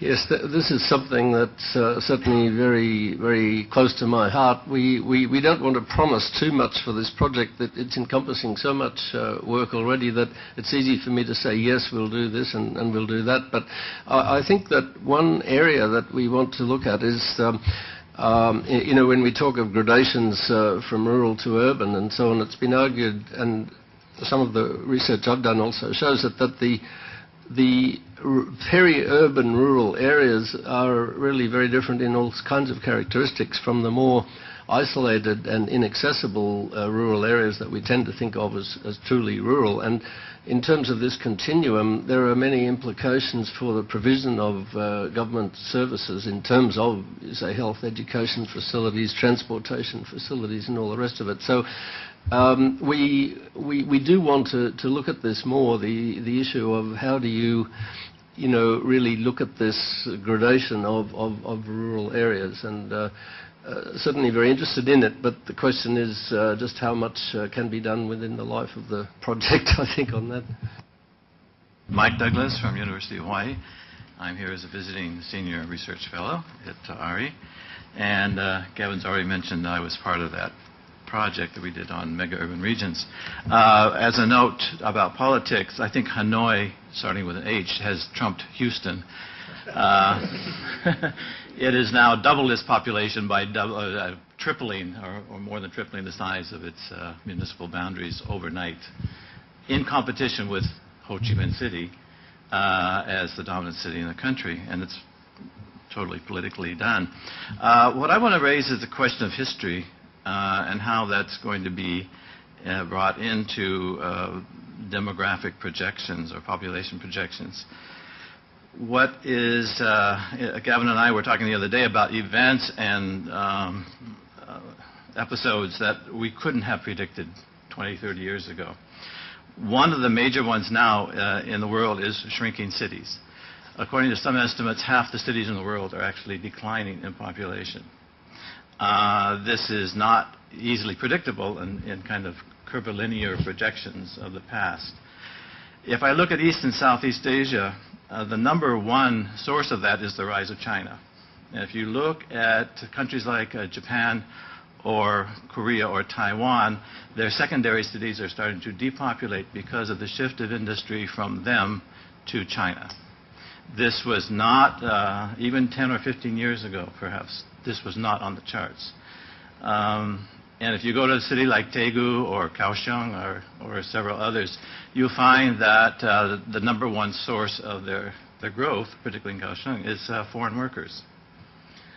So we have the rise of multicultural cities that are not, these people are not included in the national census, the major shift in population.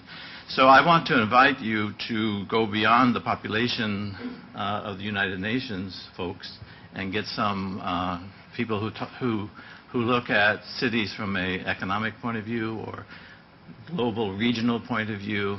I think you'll have a much more accurate understanding of which cities are going to be growing in the future and which aren't. The cities that are not growing are really in crisis. They have no idea what to do with their economies. And the local planners know this. So getting those local planners on board very early would be very important too. Thank you. Thank you. I think we really value those comments. And I mean, one thing is to examine in more detail in the countries that we're looking at in detail the things that are going on. And as you say, that involves including the economic planners and those who are looking at globalization more broadly. But I'd also want to stress the point you made, the unpredictability of so much of this, and in the future, do we predict that in 20 years' time some of these cities will still be losing investment to China, which itself is going to be facing a rapidly declining workforce at that point. So there are all sorts of difficult things to predict here, and we recognise this just makes the task very much harder. But I think the basic point you're making is that we need to be involved with those who are looking at the economic determinants of industrial change and so on, and yeah, we would agree. My name is Duan Jinquan. I'm from Risk Management Institute. I have two questions. First, your study using some sort of boundary definition. Can you use the okay. And I have two questions. One is your study touch upon the boundary definition, a boundary of urban area, and I will presume the boundary will be an endogenous process, in particular in your projection. I was wondering how that play into your projection. Second question I have is about your methodological advancement in terms of probabilistic projection, and you gave us a confidence band of possibilities. But then I say there are two issues. One issue is it's not very easy to use, right? If you just give me a pass of point-wise projection, as a planner, I can really quite easily use it, although we know there's a problem because of the confidence. The other thing is a reality. It gave us such a big confidence span. How can we have any confidence in using it? So I think that's sort of counterproductive in some sense. I'll address the first question, and Leontina will turn to the second one. On the first one, yes, I mean, one of the key things you observe with any large city over time, you do get these boundary changes, and so you have these discontinuities in projections which need to be taken into account. And I mean, it's not just a boundary change that's totally arbitrary. To some extent, it's reflecting reality. I mean, the urban agglomerations are getting bigger, and it becomes recognised through boundary changes. But, you know, this is something that really needs to be studied very carefully in the case of any of the cities involved, I think.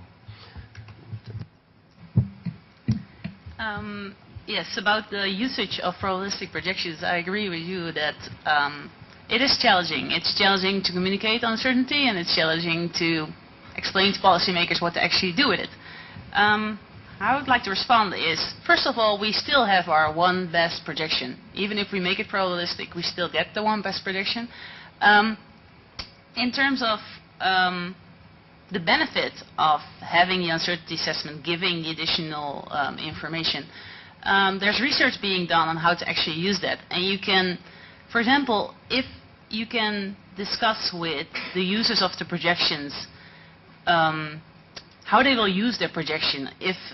So what I'm familiar with so far is projecting populations, looking at birth rates. And in these kind of projections, the lower bound of the projections are actually much more important than the one best guess scenario. So finding out from policymakers, are they interested in a lower bound or an upper bound, things like that, then you can actually provide such a bound to the policymakers. And then to your last point, in terms of the prediction intervals that I showed, they were like really, really wide. Yes, that's not that useful. So hopefully we can improve on that, and we can come up with a more realistic range of future trajectories. Thank you. Bernard? Bernard Tan, Physics Department. I know most of the data would be based on populations and all that, but I was wondering how much physical data you would be using. I happen to be closely associated with the remote sensing center, so there is a wealth of data that we might not obtain any other way. So would you be using that sort of data? And because we can help to make that available for you. Thank you. This is something we didn't mention, but which we are certainly looking into. And in fact, we're going to be having discussions in New York with. There's a large project there which is using gridded data and the data from satellite imagery and things like that. There's a great deal, certainly, that can be done with that these days in terms of sort of defining boundaries and so on. What it doesn't have, of course, is the detailed data on things like employment and all the rest of it, which you'd want to link with it. But yeah, we would very much like to discuss that further with you. Banaji Rao, I'm the Lee Kuan Yew School of Public Policy. It's fascinating to hear that at last we are probably moving away from high projection, medium projection, low projection to quantifying probabilities. But as you know, Professor Jones, we always used to look at, I'm talking from the 60s onwards, we used to look at the high projection, low projection, medium projection, and use the medium projection. And so I do echo the earlier comments. It may be useful if, in terms of extremely valuable value addition, if you actually look at Shanghai, Beijing, Mumbai, Delhi, and then say, look, you guys, you better prepare for this eventuality. Because I'm not quite comfortable looking at the probabilities for percentage of urban in India, percent urban in China, etc. As you know very well, I think GAI will be branded extremely well if GAI research in this particular field could at least focus on some of the major cities. And then you have already nicely highlighted that you are in fact going to look at the urban planners using the numbers from their own stable. So I would request you to kindly include some sort of detailed analysis of the megacities. And I think that may be much more useful in terms of policymakers in major countries, especially China and India. Thank you, sir. Thank you. Yes, we are intending to do that. There are really two prongs to the study, and one is looking at urbanization, the proportion urban, which you were saying is maybe not as useful, but the other prong is the attention to individual cities, and so I hope that we'll go at least some way towards achieving what you're talking about. Well, at the minimum, we're looking at the Jakarta-Bandung complex, the Kuala Lumpur, Bangkok, probably Vietnam, Ho Chi Minh City and Hanoi, and a couple of the cities in India, which would probably be Mumbai and Delhi and maybe Bangalore. We have a colleague in China who's worked with us on the earlier project, and he is willing to be involved in the project, but is concerned that the data availability from the census won't have come through. So, but one other thing that could be done for China, and particularly by this colleague, would be to look at some of these smaller cities in relation to the big one that he's already looked at, which was Shanghai. And as Mike was saying, some of the smaller cities all over the place are in decline, and we need to be looking at some of those as well. I don't want to promise too many cities, because with the manpower and the time that we have, to promise too much might be unwise. I may have missed this in your presentation. One of the interesting parts is the fact of how many different definitions there are, and I think a strength of the project is you're sensitive to this and you're working closely with the agencies that do these definitions. I'm wondering if you expect to come out of the project, though, with a statement of what you think better and worse definitions of urbanization will be. And would those definitions be linked to the fact that for one class of problems, one characterization of urbanization might be appropriate, and for another class of problems, perhaps a different characterization? That would be a really valuable insight from all these different perspectives that the project is scanning. Yes, we would definitely hope to come out of it with observations about what definition or definitional mix, you might say, would be more appropriate for various purposes. And as you've said, what definition is more appropriate may vary according to the purposes of the exercise. So, yeah, we would want to try to say something about that, having worked on all of this. Hi, I'm Tim Bunnell from the Asian Research Institute and the Department of Geography. My question also has to do with issues of definition. And it seems like what you're seeking to work towards is some kind of it seems like what you're trying to work towards is some kind of unified or standardized definition of the urban. But my concern is that actually doesn't do justice to the diversity of urban forms and urban experiences. So much of your definitional consideration had to do with distinctions between the rural and urban. There's a huge literature on that, of course. But even if you come up with a generalized definition of what constitutes the urban as distinct from the rural, that within that category of the urban, there are all kinds of different experiences, diversity which, partly relates to what Michael was talking about. I think the experiences of a shrinking city are very different from one of a fast expanding megacity. And indeed, a shrinking city may have more commonalities in terms of life chances. I think your mic went off. So it may have more similarities with rural areas than it does with other cities. So I'm not dismissing the project at all. I think I can see that there's utility in this idea of unifying definition, but I also think that perhaps you might want to consider the possibility of there being a diversity of forms of urban experience. And we know that Asia is important in terms of its urbanization in terms of absolute numbers, but it's also extremely important in terms of its diverse urban forms of experience. Yes, thank you for that. I think we are sort of being pulled two ways in this. I mean, our gut feeling is that there is this enormous diversity in urban forms, and also this continuum in urban-rural areas, and to look for a single unified definition in some ways seems to be,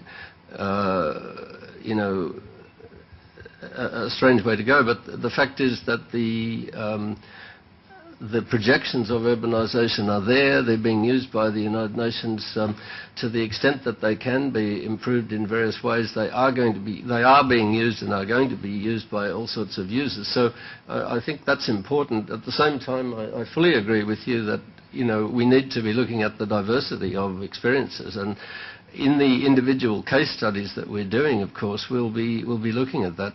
I mean, in the studies that we've already done, you see enormous diversity within these mega-urban regions in terms of growth and decline of particular areas, simultaneously juxtaposition of growing and declining areas, and examining why that is. This will all be part of what we aim to do. Thank you, Professor Jones and Professor Akima. We now move on to today's final presentation, Asian Cities as Centers of Global Modernity. This research project combines the expertise of researchers within the field of humanities and social sciences. I would now like to call upon Professor Petrovic from the Department of Sociology to introduce this project. Nice pictures of Shanghai and Singapore. Potential centers of global modernity. I'd like to introduce this project by talking about how theory can be directly relevant and useful to policymakers. And it probably is more difficult to introduce this project than many others, or especially the two that just came in terms of direct relevance for policymaking, so that's why I want to start with this. And I want to paraphrase Sitaram here, saying that about valuable commodities and a gift of God. Well, we want to emphasize that a good theory is an extremely valuable commodity, and it's not a gift of God, and should be thought about this way. And it's especially important to understand this at certain historical moments, and that's a key part of our presentation here. It's basically that we assume that social changes don't happen in some kind of linear, even way, that they happen much faster at certain periods, so we have some certain types of transitions, bifurcations, major changes, and we do have periods when things solidify, crystallize for a while. Well, the assumption here is that social theory, general social theory, can be most valuable for policymakers at times when we're just finishing a transition period of rapid change, and entering sense period where things still do change, but there is also, we can see some things being solidified and crystallized. Why is this the case? Well, decision makers do what they do best, and we don't have an assumption that we can tell them how to make their decisions. They are experts on that. But what theorists can do is they have a comparative advantage of not having to make decisions all the time. So we can sit back and look at broader picture because we have more time to do so. So in that case, it's extremely important to have general theory, general framework, when things have changed, but are maybe not bound to change as rapidly in next 10, 15, 20 years. And also, which is very relevant for Asian cities, as long as you think about them as entities that are catching up, that are modeling themselves toward the Western model or some other model, then you have, in a sense, clear path ahead. You're catching up. Once they come to the forefront of change, then there is more uncertainty, because you cannot rely on an existing model. Okay, so this is the introduction of a project. Project is, as it says here, focused on creating a general historical comparative framework for the analysis of Asian cities. So in that sense, it does not address any particular policy problem. Rather, it addresses the context in which policy problems will be formulated, we expect, in next 5, 10, or 15 years. Okay, here is the overview of the project. At the top, you have our theory, our framework, and there are two prongs to it. What I call differentiation theoretical analysis, which defines main features of global modernity, this new era that we are talking about, and the world historical analysis, which traces the rise of modern cities as center-periphery structures, not just Asian cities, but modern big cities in general.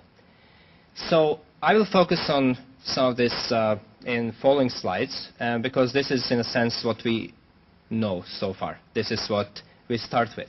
Our empirical research focus, and I'll introduce this after that, is on actor network analysis of Asian cities as emerging centers of global modernity.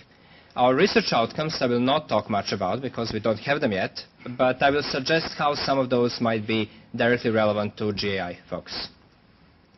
Now, starting with differentiation theoretical analysis, this is a very brief primer for both social scientists and non-social scientists here. We have two major types of social differentiation here. That's the theoretical framework we use. We have on the left functional differentiation as the master process of modernity, and which basically refers to formation of separate institutional realms. Note here that I put a bunch of realms. Typical analysis we'll do with economy, politics, and the residual realm that we can call society or culture or something like that. Here we have actually more realms, and there is quite a bit of importance to this. I'll come to this in the next slide. Before that, let me just mention that then the other aspect of differentiation theoretical analysis is organizational differentiation that we're all more familiar with. And here I would also like to divide it into functionally specific organizations. I listed some examples. And what I called here total organizations, in which nation states probably will be the major examples, but I'll give a few more examples. Now, the outcome of those differentiation processes are what the central one that we'll be focusing on, modern center-periphery structures, and that will come back to what Gavin was just talking about in a previous presentation, and also things that we will be addressing, but somewhat peripheral in this project, modern forms of inclusion and exclusion, and changes in modern interactions and life worlds. Now, going to the functional differentiation part. Again, very brief, just about the idea, and I think one of the advantages of this idea is that it links well with natural sciences, with sciences in general. It is quite translatable between fields. And the idea is, it has been formulated in many ways in social sciences, but the newest and we hope best formulations that we have so far think about institutional realms like economy or politics, not as containers, as boxes that we can divide society into, but as attractor points. So in that sense, they form around different types of generalized media. In terms of economy, it will be money property complex. Once you start using money historically to a great degree, and that's a relatively recent phenomenon when you think world historically, all kinds of organizations can latch onto this. All kinds of consumer motivations, production motivations can develop and be comparable to each other. The same thing, for example, with education.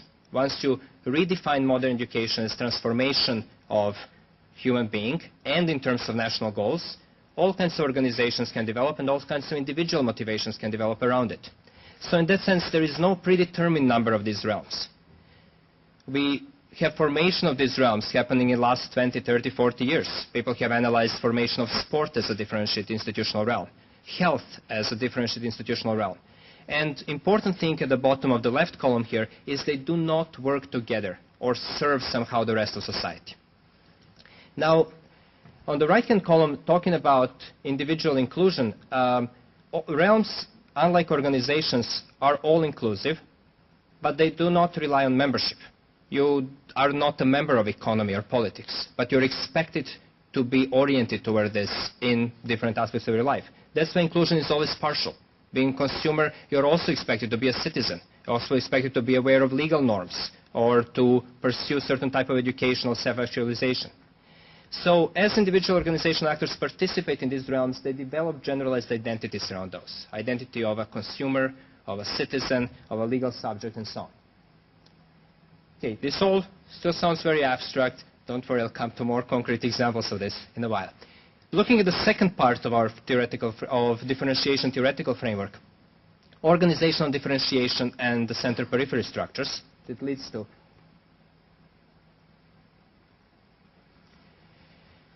what we have, in a sense, in evolutionary terms, social evolutionary terms, is that as functional differentiation, division into those separate institutional realms, dissolves old hierarchical structures. It also leads to proliferation both of mass inclusion organizations, territorially based, like states and city-states and other different types of regional identities, ethno-linguistically based, religious-based, and even work criteria, as Marx put great hope in it in the 19th century, that that will be the major identity, will all be divided into classes rather than tribes or nations.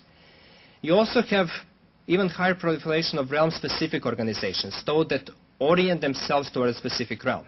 It doesn't mean that the firm can ignore political or legal constraints, but it means that the firm can say, well, our profits or the value for stakeholders, if you want more fanciful formulation, comes first.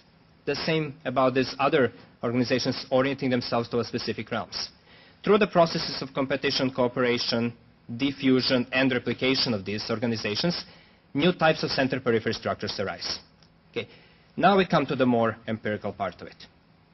The idea is, as we just heard in the previous presentation, that what a city is changes over time. In different historical periods, definition of city is very different, and we are not looking at the same entity exactly.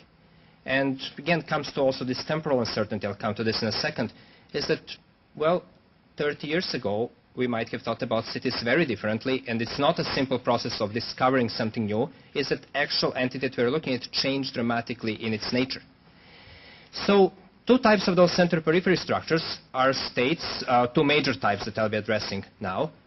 States that, as I pose here, evolve gradually from national communities to very loose coupling of multi-level government agencies, and when I say multi-level, we can think about regional, national, transnational, and so on levels. And cities that evolve from communities, from container-type cities, in our perception, to very loose agglomerations of multiple centers. And hence, things like economic defined cities, political defined cities, municipalities, right?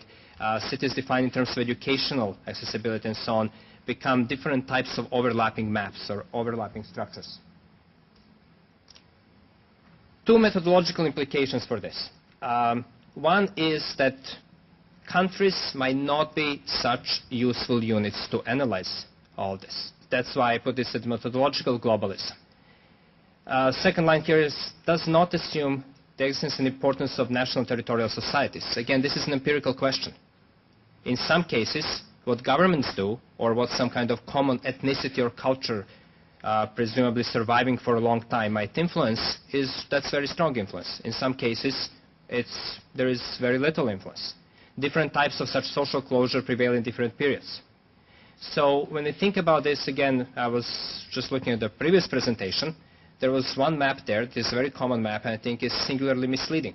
We see, for example, Russia being 70% urbanized in 2045. And of course, it covers huge area on the map, including Siberia, right? And then if we would plot it with remote sensing, let's say, then we would see flickers of light here and there, and all concentrated in pretty much on the western border of Russia, right? So in that sense, this is the first kind of spatial social aspect. The other aspect, which is very important, that was also alluded to in previous presentation, and even in first presentation on diabetes, is that things change quite rapidly, and they don't change evenly. It means that the importance of periodization is critical. That what cities mean, what families mean, now might not have been the same in 1970s and 80s, and there is no simple evolutionary process linking those. That there are major transitions and bifurcation periods. So this, the quote there about the 3 times of present is, I just want to mention it, is one of my favorite from St. Augustine, early Catholic thinker, right, Christian thinker, who said, well, 3 types of present. There is the present of the past, present of the present, and present of the future. It's pointing to, you know, we always see it from our own present. Okay, now coming to our world historical analysis, the idea, to remind you here, is to provide a general framework for reformulation of problems that face Asia in the next 15, 20 years, especially related to urban areas and cities. Periodization is the bottom here, and again, it's very rough, but it kind of indicates graphically this shortening of the presence. The present that we live in, we try to indicate, is the present of global modernity. We can also call it post-Western modernity. Not essentially post-Western in the sense that it will keep defining itself as post-Western, but post-Western looking toward the past. It's not necessarily just Western modernity anymore. It's not about catching up. It's a polycentric modernity today. Some of those Asian cities, many of them perhaps, can be role models of global modernity for Western and non-Western cities, thus erasing the major difference between the West and the rest. So shortening of the presence and the major transition that we pose, we have just gone through in the last 20 years or so. Major part of this was the rise of Asia and acceleration of change. Again, this is the world historical picture we tend to plot. Again, non-Asian cities in yellow, Asian cities in red, and just kind of indicating the numbers. Major mega regions, urban areas, agglomerations, however you want to define them, they're there. All right, so what is this global modernity that I've been mentioning, the new period, the new age I'm assuming we should think about, and this is our present? Well, starting from about 9 o'clock there, inclusion thresholds. That's something that previous presentation addresses directly, right?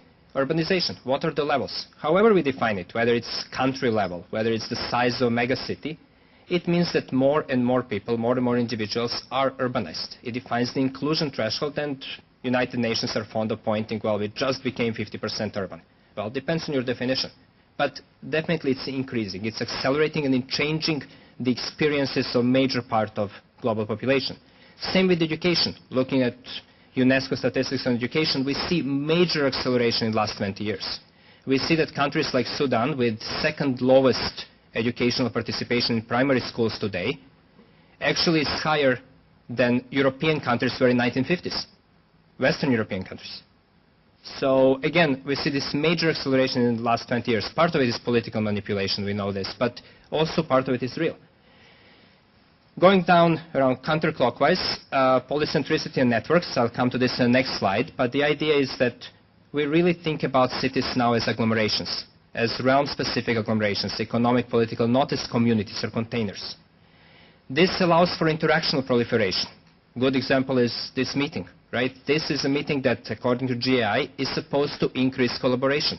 We should think about interaction as those kind of circuit breakers, when people from different disciplines in this case, but also people from different, oriented toward different realms, economists, politicians, scientists, and so on, can actually achieve a circuit break between realms. That's what organizations do, and that's what interactions do even more intensely. Reduction of non-contemporaneity, it's obvious today through internet and through many other channels. We basically are contemporaries. What happens in Singapore today will be posted on the internet. We hear for hundreds of thousands of people to see what's happening in this room. So in that sense, again, this is something fairly new. 20 to 30 years at most, and probably less. Acceleration of change I already mentioned, and next slide we'll talk about leapfrogging. Organizational proliferation, there's lots of good statistics on this. There is massive organizational proliferation, again accelerating from about 1980s on. First wave of acceleration from about 1945, 1950 related to decolonization, and then after that from 1980s on. So again, the general idea here is that something has changed. We live in a period that is not, we couldn't have foreseen in 1970s, 1980s, and it's somewhat unrecognizable. Now coming to our focus, and that's addressing a question about megacities, big cities. Yes, there are huge problems about small cities and shrinking cities. We chose in this project to focus on megacities for obvious reasons. They might be centers of global modernity. So we list here some of those, 2 from China, well, 3 from China, including Hong Kong. We want 2 from India, 2 Southeast Asian, and, well, a 3rd Southeast Asian, our own Singapore. By 2025, again, we're shortening the horizon. Some of these cities are likely to become new centers and role models of global modernity. Here I'd like just to draw your attention to this quote about leapfrogging. So this is Kenneth Ware, US Senator, 1940. We will lift Shanghai up and up. Well, we will not think about Senator Ware as ignorant Midwesterner. Not at all. What he was pointing there is actually somewhat ironic. He didn't say we will lift it so it looks like New York. He said even Kansas City at this time looks better than the cosmopolitan major Asian city like Shanghai. And he was pointing exactly to this, so there is actually a twist to that thing. Now there is Kansas City in 2008. Well, they look somewhat similar, but huge difference of scale that I couldn't really present here. Some data about Shanghai that you are all, I'm sure, familiar with. The point here is that Shanghai had about $15,000 per capita income, which is about 3 times less than US average at purchasing power parity, and about 6 times less than Boston or Seattle, as some of the most affluent American cities have, is able to stage massive Shanghai Expo and is able to do all of these things. So that's talking about leapfrogging. You have some legacy issues. Microsoft might be the most aware of this organization in the world. You have legacy issues that you have to take care of, and that allows other similar entities in the mutually observed network to leapfrog in many senses. Now, talking about income per capita, not the most important variable, but something that shows about resources. In the leftmost column, you have different world cities at 2008. And you see very rich ones at the top. And this is 73,000 for New York, 73,000 US dollars purchasing power parity per capita. You have quite rich ones, Paris, Miami, Sydney, that's about 40 to 60. Madrid to the bottom of this. You have not so affluent ones, but definitely aspiring, Lisbon, Athens, Budapest, and then goes all the way down to 20. Asian cities in 2008, if you compare Singapore, for example, or Hong Kong, the 2 most affluent ones, you see that they're still comparable to many Western cities, but quite lower than American cities. Now, what I want to draw attention to is the absolute terms. When we look at the 3rd projected column, and this is based partly on PricewaterhouseCoopers estimations, partly on UN Habitat ones, we see that Singapore and Hong Kong are projected to be in this very affluent category. Well, yes, by that time, Boston or Seattle will be about 100,000. But that doesn't matter. We're talking about absolute resources that you have. And we saw that even at 15,000, Shanghai in the middle column, you can do major things and become a role model in many senses. And then you can see that those will be moving up into this kind of relatively affluent category where your values change and where resources can become more massive, and if they're focused properly, you can really do something about becoming the role model of global modernity. Okay, very briefly about our empirical research. After creating this framework, which hopefully will be useful for many different projects, we plan to analyze major actor networks in these 8 cities around the region, 2 ones as kind of control factors, Tokyo and Seoul, but we'll focus on these 8 that I mentioned, and basically find, because what it takes really is not just a change in income per capita, not just the amount of skyscrapers. It takes, as it says down there, it takes a successful coalition of major stakeholders. We'll try to compare those in terms of which forces, which modernity makers might be there and what their orientations are. Both in terms of governance, which is the main UN World Bank, focus, but mostly in terms of those interactions, circuit breakers, organizational interactions between stakeholders and programs from different realms. So just throw in diabetes example. Well, how is food and beverage industry going to be a player in addressing diabetes? What's in it for them? Here around modernity, it may be a major mobilizing factor, but we have to think about different realms and their dynamics. Finally, the last slide is about research outcomes, and I just put them in cascading order from the most general to, or in a sense, most theoretical to most practical, and then kind of match them with some things that I drew from GI brochure, GI vision, how we matched it. Again, this is just some idea how the framework might be useful. What I'd like to draw attention to, because this GAI-funded project is a part of something that we are doing, several of us are doing also as a larger project of defining global modernity. There will be a September workshop at NUS about this, not related directly to GAI. And this will be the showcase, we hope, of this building global modernity as a paradigm. But one thing in terms of catching up and leapfrogging, one thing that we in social sciences were talking about across disciplines and areas is that, well, NUS is definitely a leader in Asian research and becoming a very respected global university, or has become already. But what it lacks in, especially in social sciences, are paradigms, schools associated with it as kind of brands. And again, this might seem like superficial marketing ploy, but I think it's very important if some of these Asian universities, including NUS as one of the best of them, are going to establish themselves on the world scale, they need to have something associated with them as a brand. And again, whether this will happen or not, it's our hope that it will with this particular one, but we think it has some potential. Thank you. You say there that what you're seeking to do, in part, is to consider whether these cities have what it takes to successfully modernize. And to me, that raises absolutely a crucial question as how do we define success? What constitutes success? I mean, do we think about success in terms of the ability to serially replicate these kinds of iconic skyscrapers that we see in all these city skylines? Or do we think about success in terms of the kind of things that Mike Douglas has been talking about, which is the possibility for human interaction, civic spaces, sites of sociability? It strikes me as absolutely crucial here to consider what definition of success you're working with, and in particular, whose definition of success are you working with? Well, I have two answers to one question. So I absolutely agree. It is crucial to define what success is. On the very general level, we're actually not trying to define this. What we're trying is to create a framework, something quite similar to what the second team was doing, trying to create framework of possible trajectories and futures in which decision makers will define what the criteria of success are there. Again, we may have some preferred ones or not as a team, but it's not up to us to define the normative, the value part of it. But the framework will define, in a sense, hopefully in a broad sense, so that some of these questions can be raised. Right? The second question, yes, we do focus in this specific project on the role models of global modernity, which will push our definition toward, well, maybe not necessarily iconic skyscraper, but that's one of the aspects of global modernity, definitely a symbolic spatial aspect.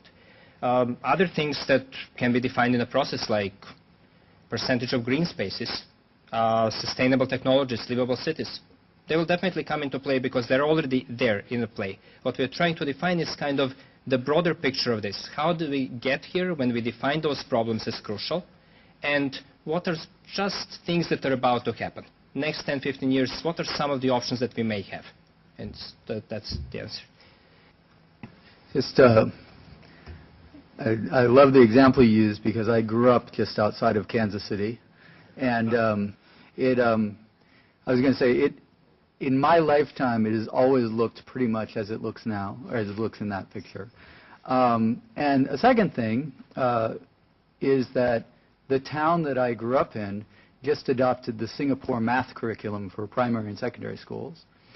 So those two things, though, go to the point that I think I like the project, but I would urge you to maybe shift the thinking around the project a little bit to say, Asian cities are centers of global modernity. It's not a question of someday, maybe, can we see, will they become them? They are. So the point is maybe thinking more in terms of what does it mean to be a center of global modernity? How do they work as centers of global modernity? And in terms of being role models, what are the implications of them as role models? Because I think, I especially working in Malaysia, which has always had this Vision 2020 thing, and like, how are we ever going to catch up with the West and blah, blah, blah. It's already happened. Not in every respect and all measures, but in some ways it has. So then shifting, you see what I'm saying about shifting the focus? Yeah, I don't think it requires much to answer. I agree with this. We're trying to be modest here and talk about 2025. But then again, well, if I knew that you grew up outside of Kansas City, I would have included more nostalgic pictures of it, not just 2008. But the idea is that some of the Western cities are definitely also in competition, and that's the idea of polycentric character, that whether it's Asian or Western matters very little now.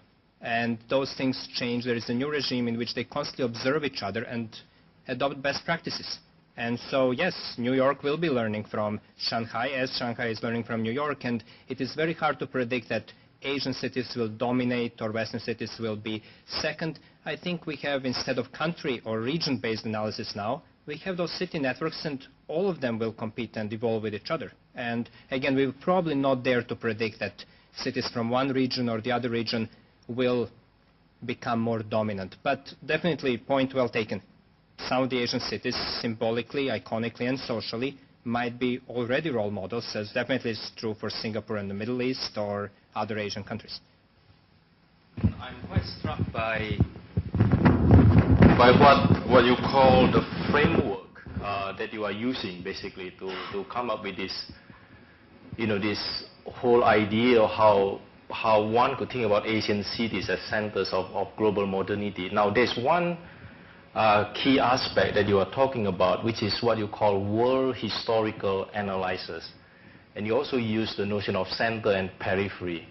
These are quite an amazing, to me, an appropriation of what we know as a world system analysis.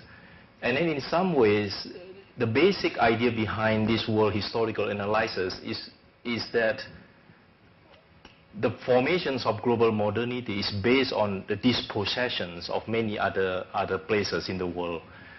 And there's no discussion on that aspect. And that is what seems to be disturbing. This idea of you use this theory, but yet at the same time you don't really address the central message of that particular historical approach to the city. Thanks. Yeah, that is partly. Not basing our analysis on world system, Wallersteinian style. Again, since we have all kinds of scientists here, when we are with our fellow social scientists, then we throw names at each other. But I didn't want to do this deliberately, and you're right to recognize part of it. It's a slightly different analysis in theoretical terms. However, in substantive terms, which is the main part, I believe, of your question, where are the excluded? Where are the dispossessed in this analysis? And as I pointed on one of the slides, multiple forms of exclusion come up with functional differentiation, and it's in a sense more evil type of exclusion than exclusion in a, let's say, very hierarchical society, where you can be at the bottom but you know your place, and in that sense you can try to renegotiate that place in a sense. In a multiple differentiated society, you can be excluded simultaneously from, and it happens quite often, economy, politics, education, so on. So we have this very interesting inclusion-exclusion structures, interesting from a scientific point and very painful in terms of human suffering. This is not necessarily the main focus of our project. It is indicative, obviously, that these megacities have slum areas. Not necessarily in Singapore, so it's official, but definitely in Mumbai, which is about 60%, and in Chinese cities too. Again, this is something that the framework hopefully will put as a major gap there to fit into the analysis. Our initial thing for, 2.5 years and $250,000, as Gavin pointed out, it's a limited sum of money, is to define something along that central axis that we pointed out, is how some of these cities redefine themselves as role models of global modernity. Now, the underside of this which might be intrinsic or might be accidental, historically accidental, is definitely something that will fit well as a complementary project. And again, we definitely don't want to exclude it as something that is not happening, but it's just not the main focus of our project right now. As a very subsidiary co-PI on this, I think I should also respond to some of the comments which go quite straight to my heart, since I do identify myself with the substantive excluded. I don't identify myself, but I identify with, I guess. And I really think that this project is in some ways looking at a very basic methodological issue of how we can understand, and ultimately for me it is how we can understand poverty in increasing modernity and exclusions in increasing modernity, and but to understand it better than I think had been with the earlier theoretical models we've had. And here, for me, there's some very simple structures here, although it's a very complex, elaborate model, but there are very simple driving methodological factors. One is the issue of differentiation, that you constantly get institutional differentiation that tends to become global. It's not just national or doesn't respect limits. But the other part of it is that, and which I think Misha's had used a rather more complex ways to do it, is coordination. Because in fact in a city what you need to have with increasing differentiation, with different types of organizations coming, advocating and so on, you also need forms of coordination. And to some extent a city's nerve center is that form of coordination. And how do you sort of do that? What kind of format do you use for coordinations and so on? And so that in its ultimate way, and those forms of coordination will have to address these new types of inclusions and exclusions, right? And here it's also very important to have the other dimension, which is the historical background of what it is, what is the spatial context in which cities are emerging in this particular period. I mean, to put it very simply, and Misha put it theoretically, is that you're going from the idea of cities embedded in nested networks, typically from a national model, right? You have cities that have higher order, lower orders in the hierarchy and that are connected with hinterlands within which they are nested.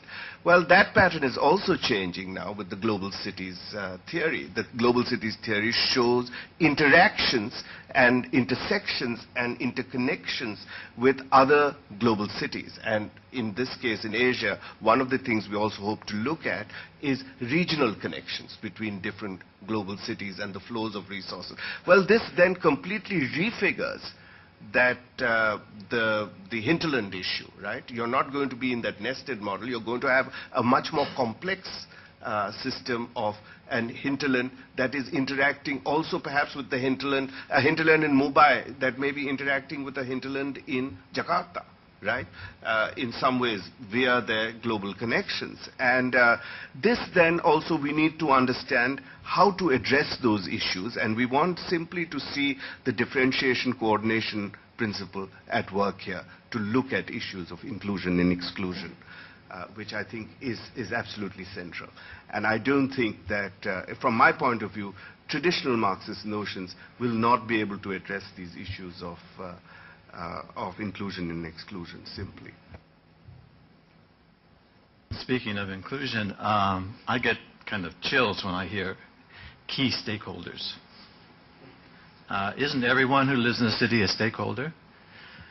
In other words, is this going to be a kind of elitist approach where it's the state and big corporations and academics, or are you going to include non-government organizations, even oppositional groups, in defining best practices? At the end of the day, when you make this kind of report, it's going to have a huge, if it does what you want it to do, it's going to have a huge international impact. This will be the study. And if it's what I perceive as a typical best practice kind of exercise in which only a handful of key stakeholders define it, we're going to end up with the business model of the school, of the city. So It's a question to hear you. Thank you. Yes, it's a very good question, and definitely we're hoping to include, when we say all major stakeholders, and yes, it's a well-used and overused buzzword, but that's why we defined it as stakeholders rather than as major organizations or municipal governments or urban planners. And again, the thing is that this process of negotiation over governance is evolving constantly. And 20 years ago, probably we wouldn't think about NGOs as major stakeholders, and now we do. And we can raise this very easily, and again, no one flinched at your question as being unreasonable or, what is this actor that we're talking about? So in that sense, yes, we think about all kinds of nonprofits and NGOs as far as they can command some resources, whether they're symbolic, cultural, or also political and economic, as important stakeholders. So this will be for each of the cities to identify who are the agents of change, who are the agents that can try to define what global modernity is about. Not as presuming that global modernity has to look exactly like this. Hopefully it won't, not because I don't like skyscrapers, but because I hope that all these places will transform in 25, 30 years, just as they transformed in the last 25 or 30 years, toward, again, maybe more green, more livable, more sustainable, or something else that will come along. So in that sense, we'll try to identify who those are, not assuming necessarily that the major ones defined administratively will be the stakeholders.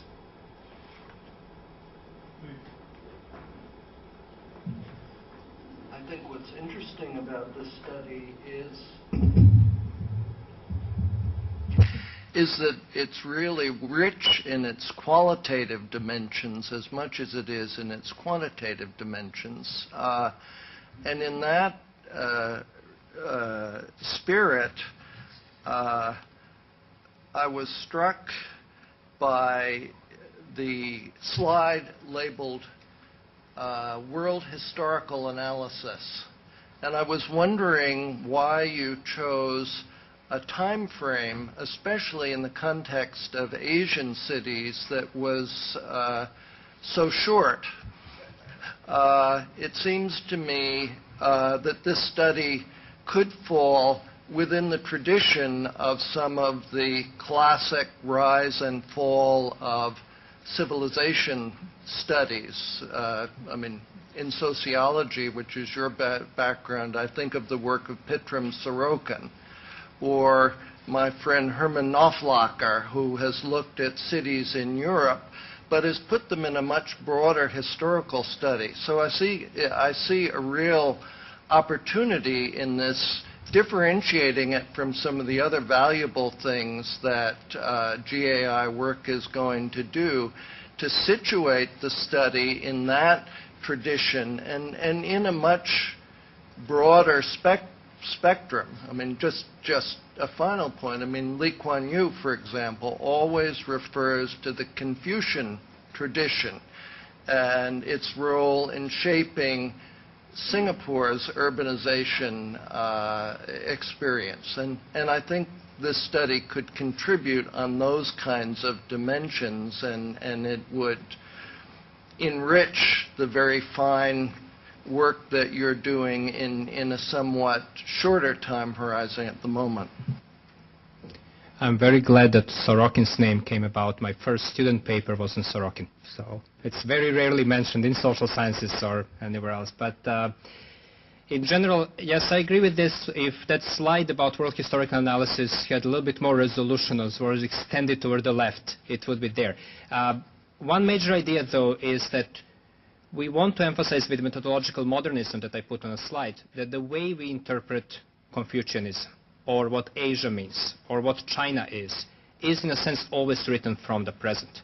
And our present is the present of global modernity. So going toward the back, we look at the past as a foreign land, as been said before. So in that sense, we want to reinterpret this. And the question of, for example, the question of origins. Where does modernity come from? Well, it's always pointed, well, it's a twin industrial revolution and democratic revolutions. It comes from the West. Well, we constantly reinterpret what modernity means, and those periodizations and chronologies will be reinterpreted. And again, the large scope that we don't want to necessarily throw at GAI and say, well, we'll put it in a 5,000-year perspective of raise of urban centers. The large scope will be there at least implicitly, but again, point well taken that civilization analysis is in a sense the background for this. I don't want to pretend I have understood everything, so you should forgive my comment. First of all, it gives me the impression that some of the Asian cities are evolving to become globally modern. I know that when the project is in the finishing stages, you would educate everybody about what this modernity is all about, how this modernization is defined, blah, blah, blah. I'm a development economist, so you should understand my biases. I'm not sure that there are choices. You know, it gives the impression that here is the city which has all the choice at its disposal and has become a globally modern city. I don't think there are choices. Architects do not give us choices. Employers don't give us choices. If you ask people, why did you migrate to Mumbai in spite of the slums, they say, I don't have a choice, I have to make a living somewhere. My comment is not really very useful to you, but I'm a bit worried that you probably are giving inadvertently an impression that all those people in the globally modernizing cities are extremely happy.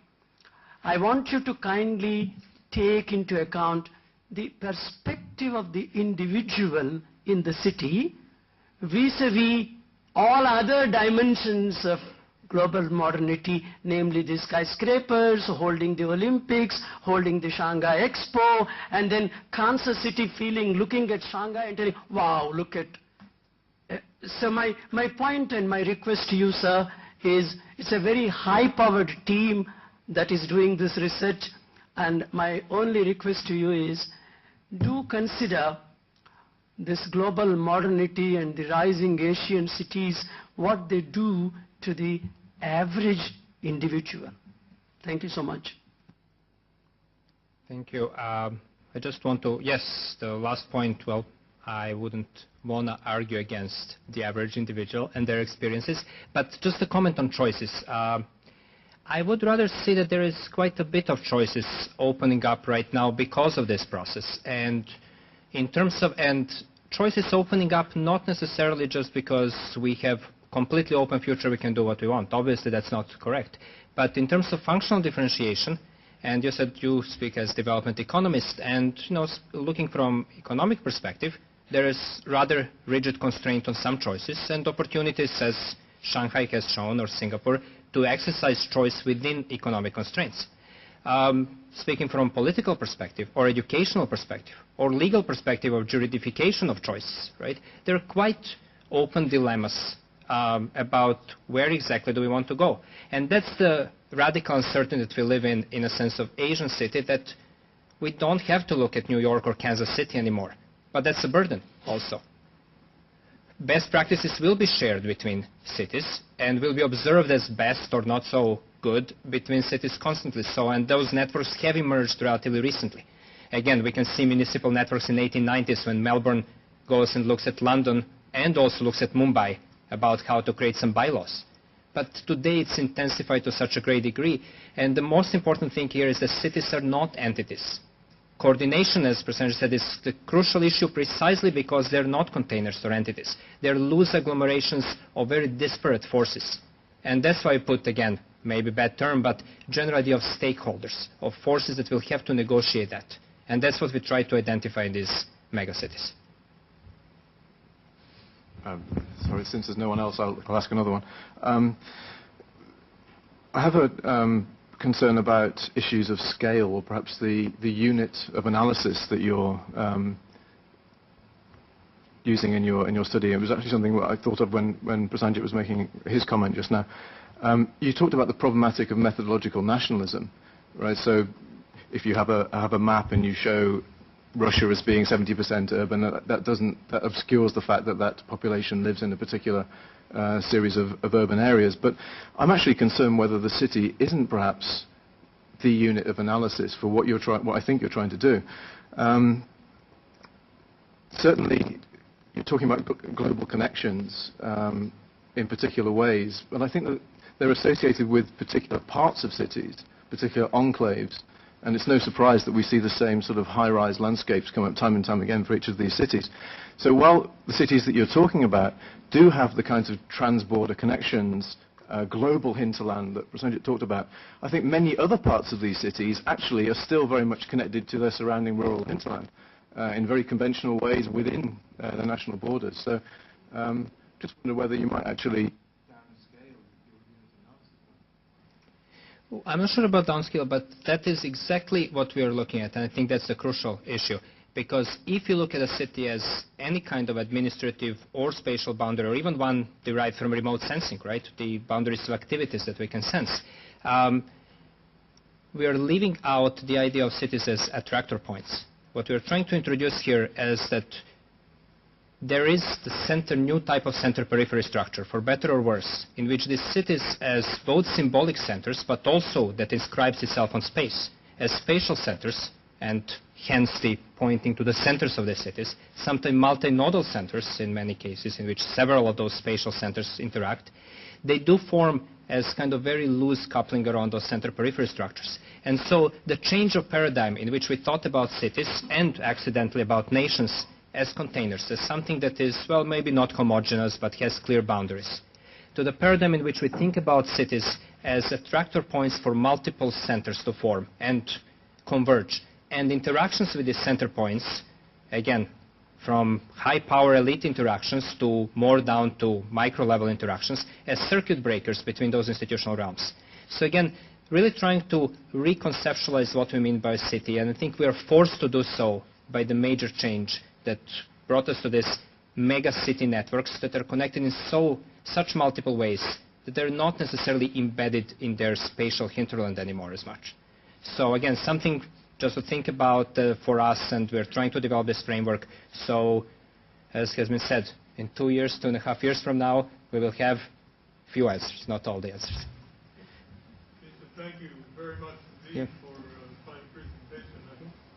I should tell you that when we thought about putting this conference together, we had a few concerns, and among them, and probably at the top of the list, were two. One was faculty members tend to speak in 50-minute quanta. How would we ever be able to compress it to 30 minutes? The other was faculty members tend to speak to their colleagues in their own special language, and they'll do that here, and so 1/3 of the audience approximately will know what's going on.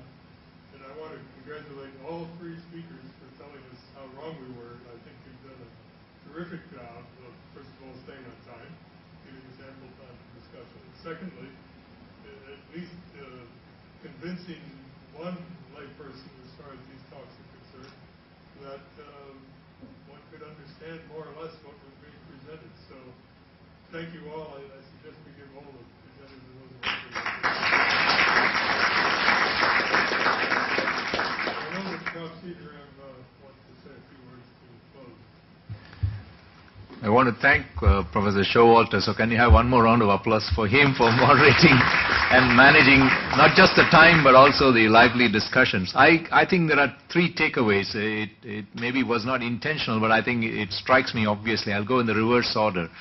Certainly in line with the vision of GAI, we will hopefully at the end of a couple of years, as Misha mentioned, we will understand better about how Asia will play a role in the global modernity, and we will be able to contribute a new body of knowledge. And we certainly take note that it will be driven by cities. And so with the second research project, we will, I hope, we will become more precise and hopefully also more accurate about what we understand about urbanization and within countries and in Asia. And learning from the first study, Seng mentioned that diabetes, type 2 diabetes is global problem, is an Asian problem. I don't know if I should footnote, is it an urban problem as well? So that means cities will have more type 2 diabetes patients if they are not careful and cautious because of the way the lifestyles are sedentary and workaholic lifestyles and so on. But certainly it gave us some comfort that more coffee is better, but I don't know whether with milk or with sugar, how it is. We will have this discussion continued on August 11th, where we will have 2 more of those 5 who will present, and I hope all of you will join again for this lively discussion. We are also doing simultaneously another important activity that will be with the associates, the MC members and the grant winners, to also look at what does it mean for the longer term. As I said in the beginning, these are basically seeds to catalyze really long-term research. So we want to have a roundtable discussion with you. So those of you who will participate in it, we want you to join here at 1:30 after lunch. This is really a working lunch, I think, so I hope that you will have further interaction during the lunchtime so that we will network as associates. And so thank you once again.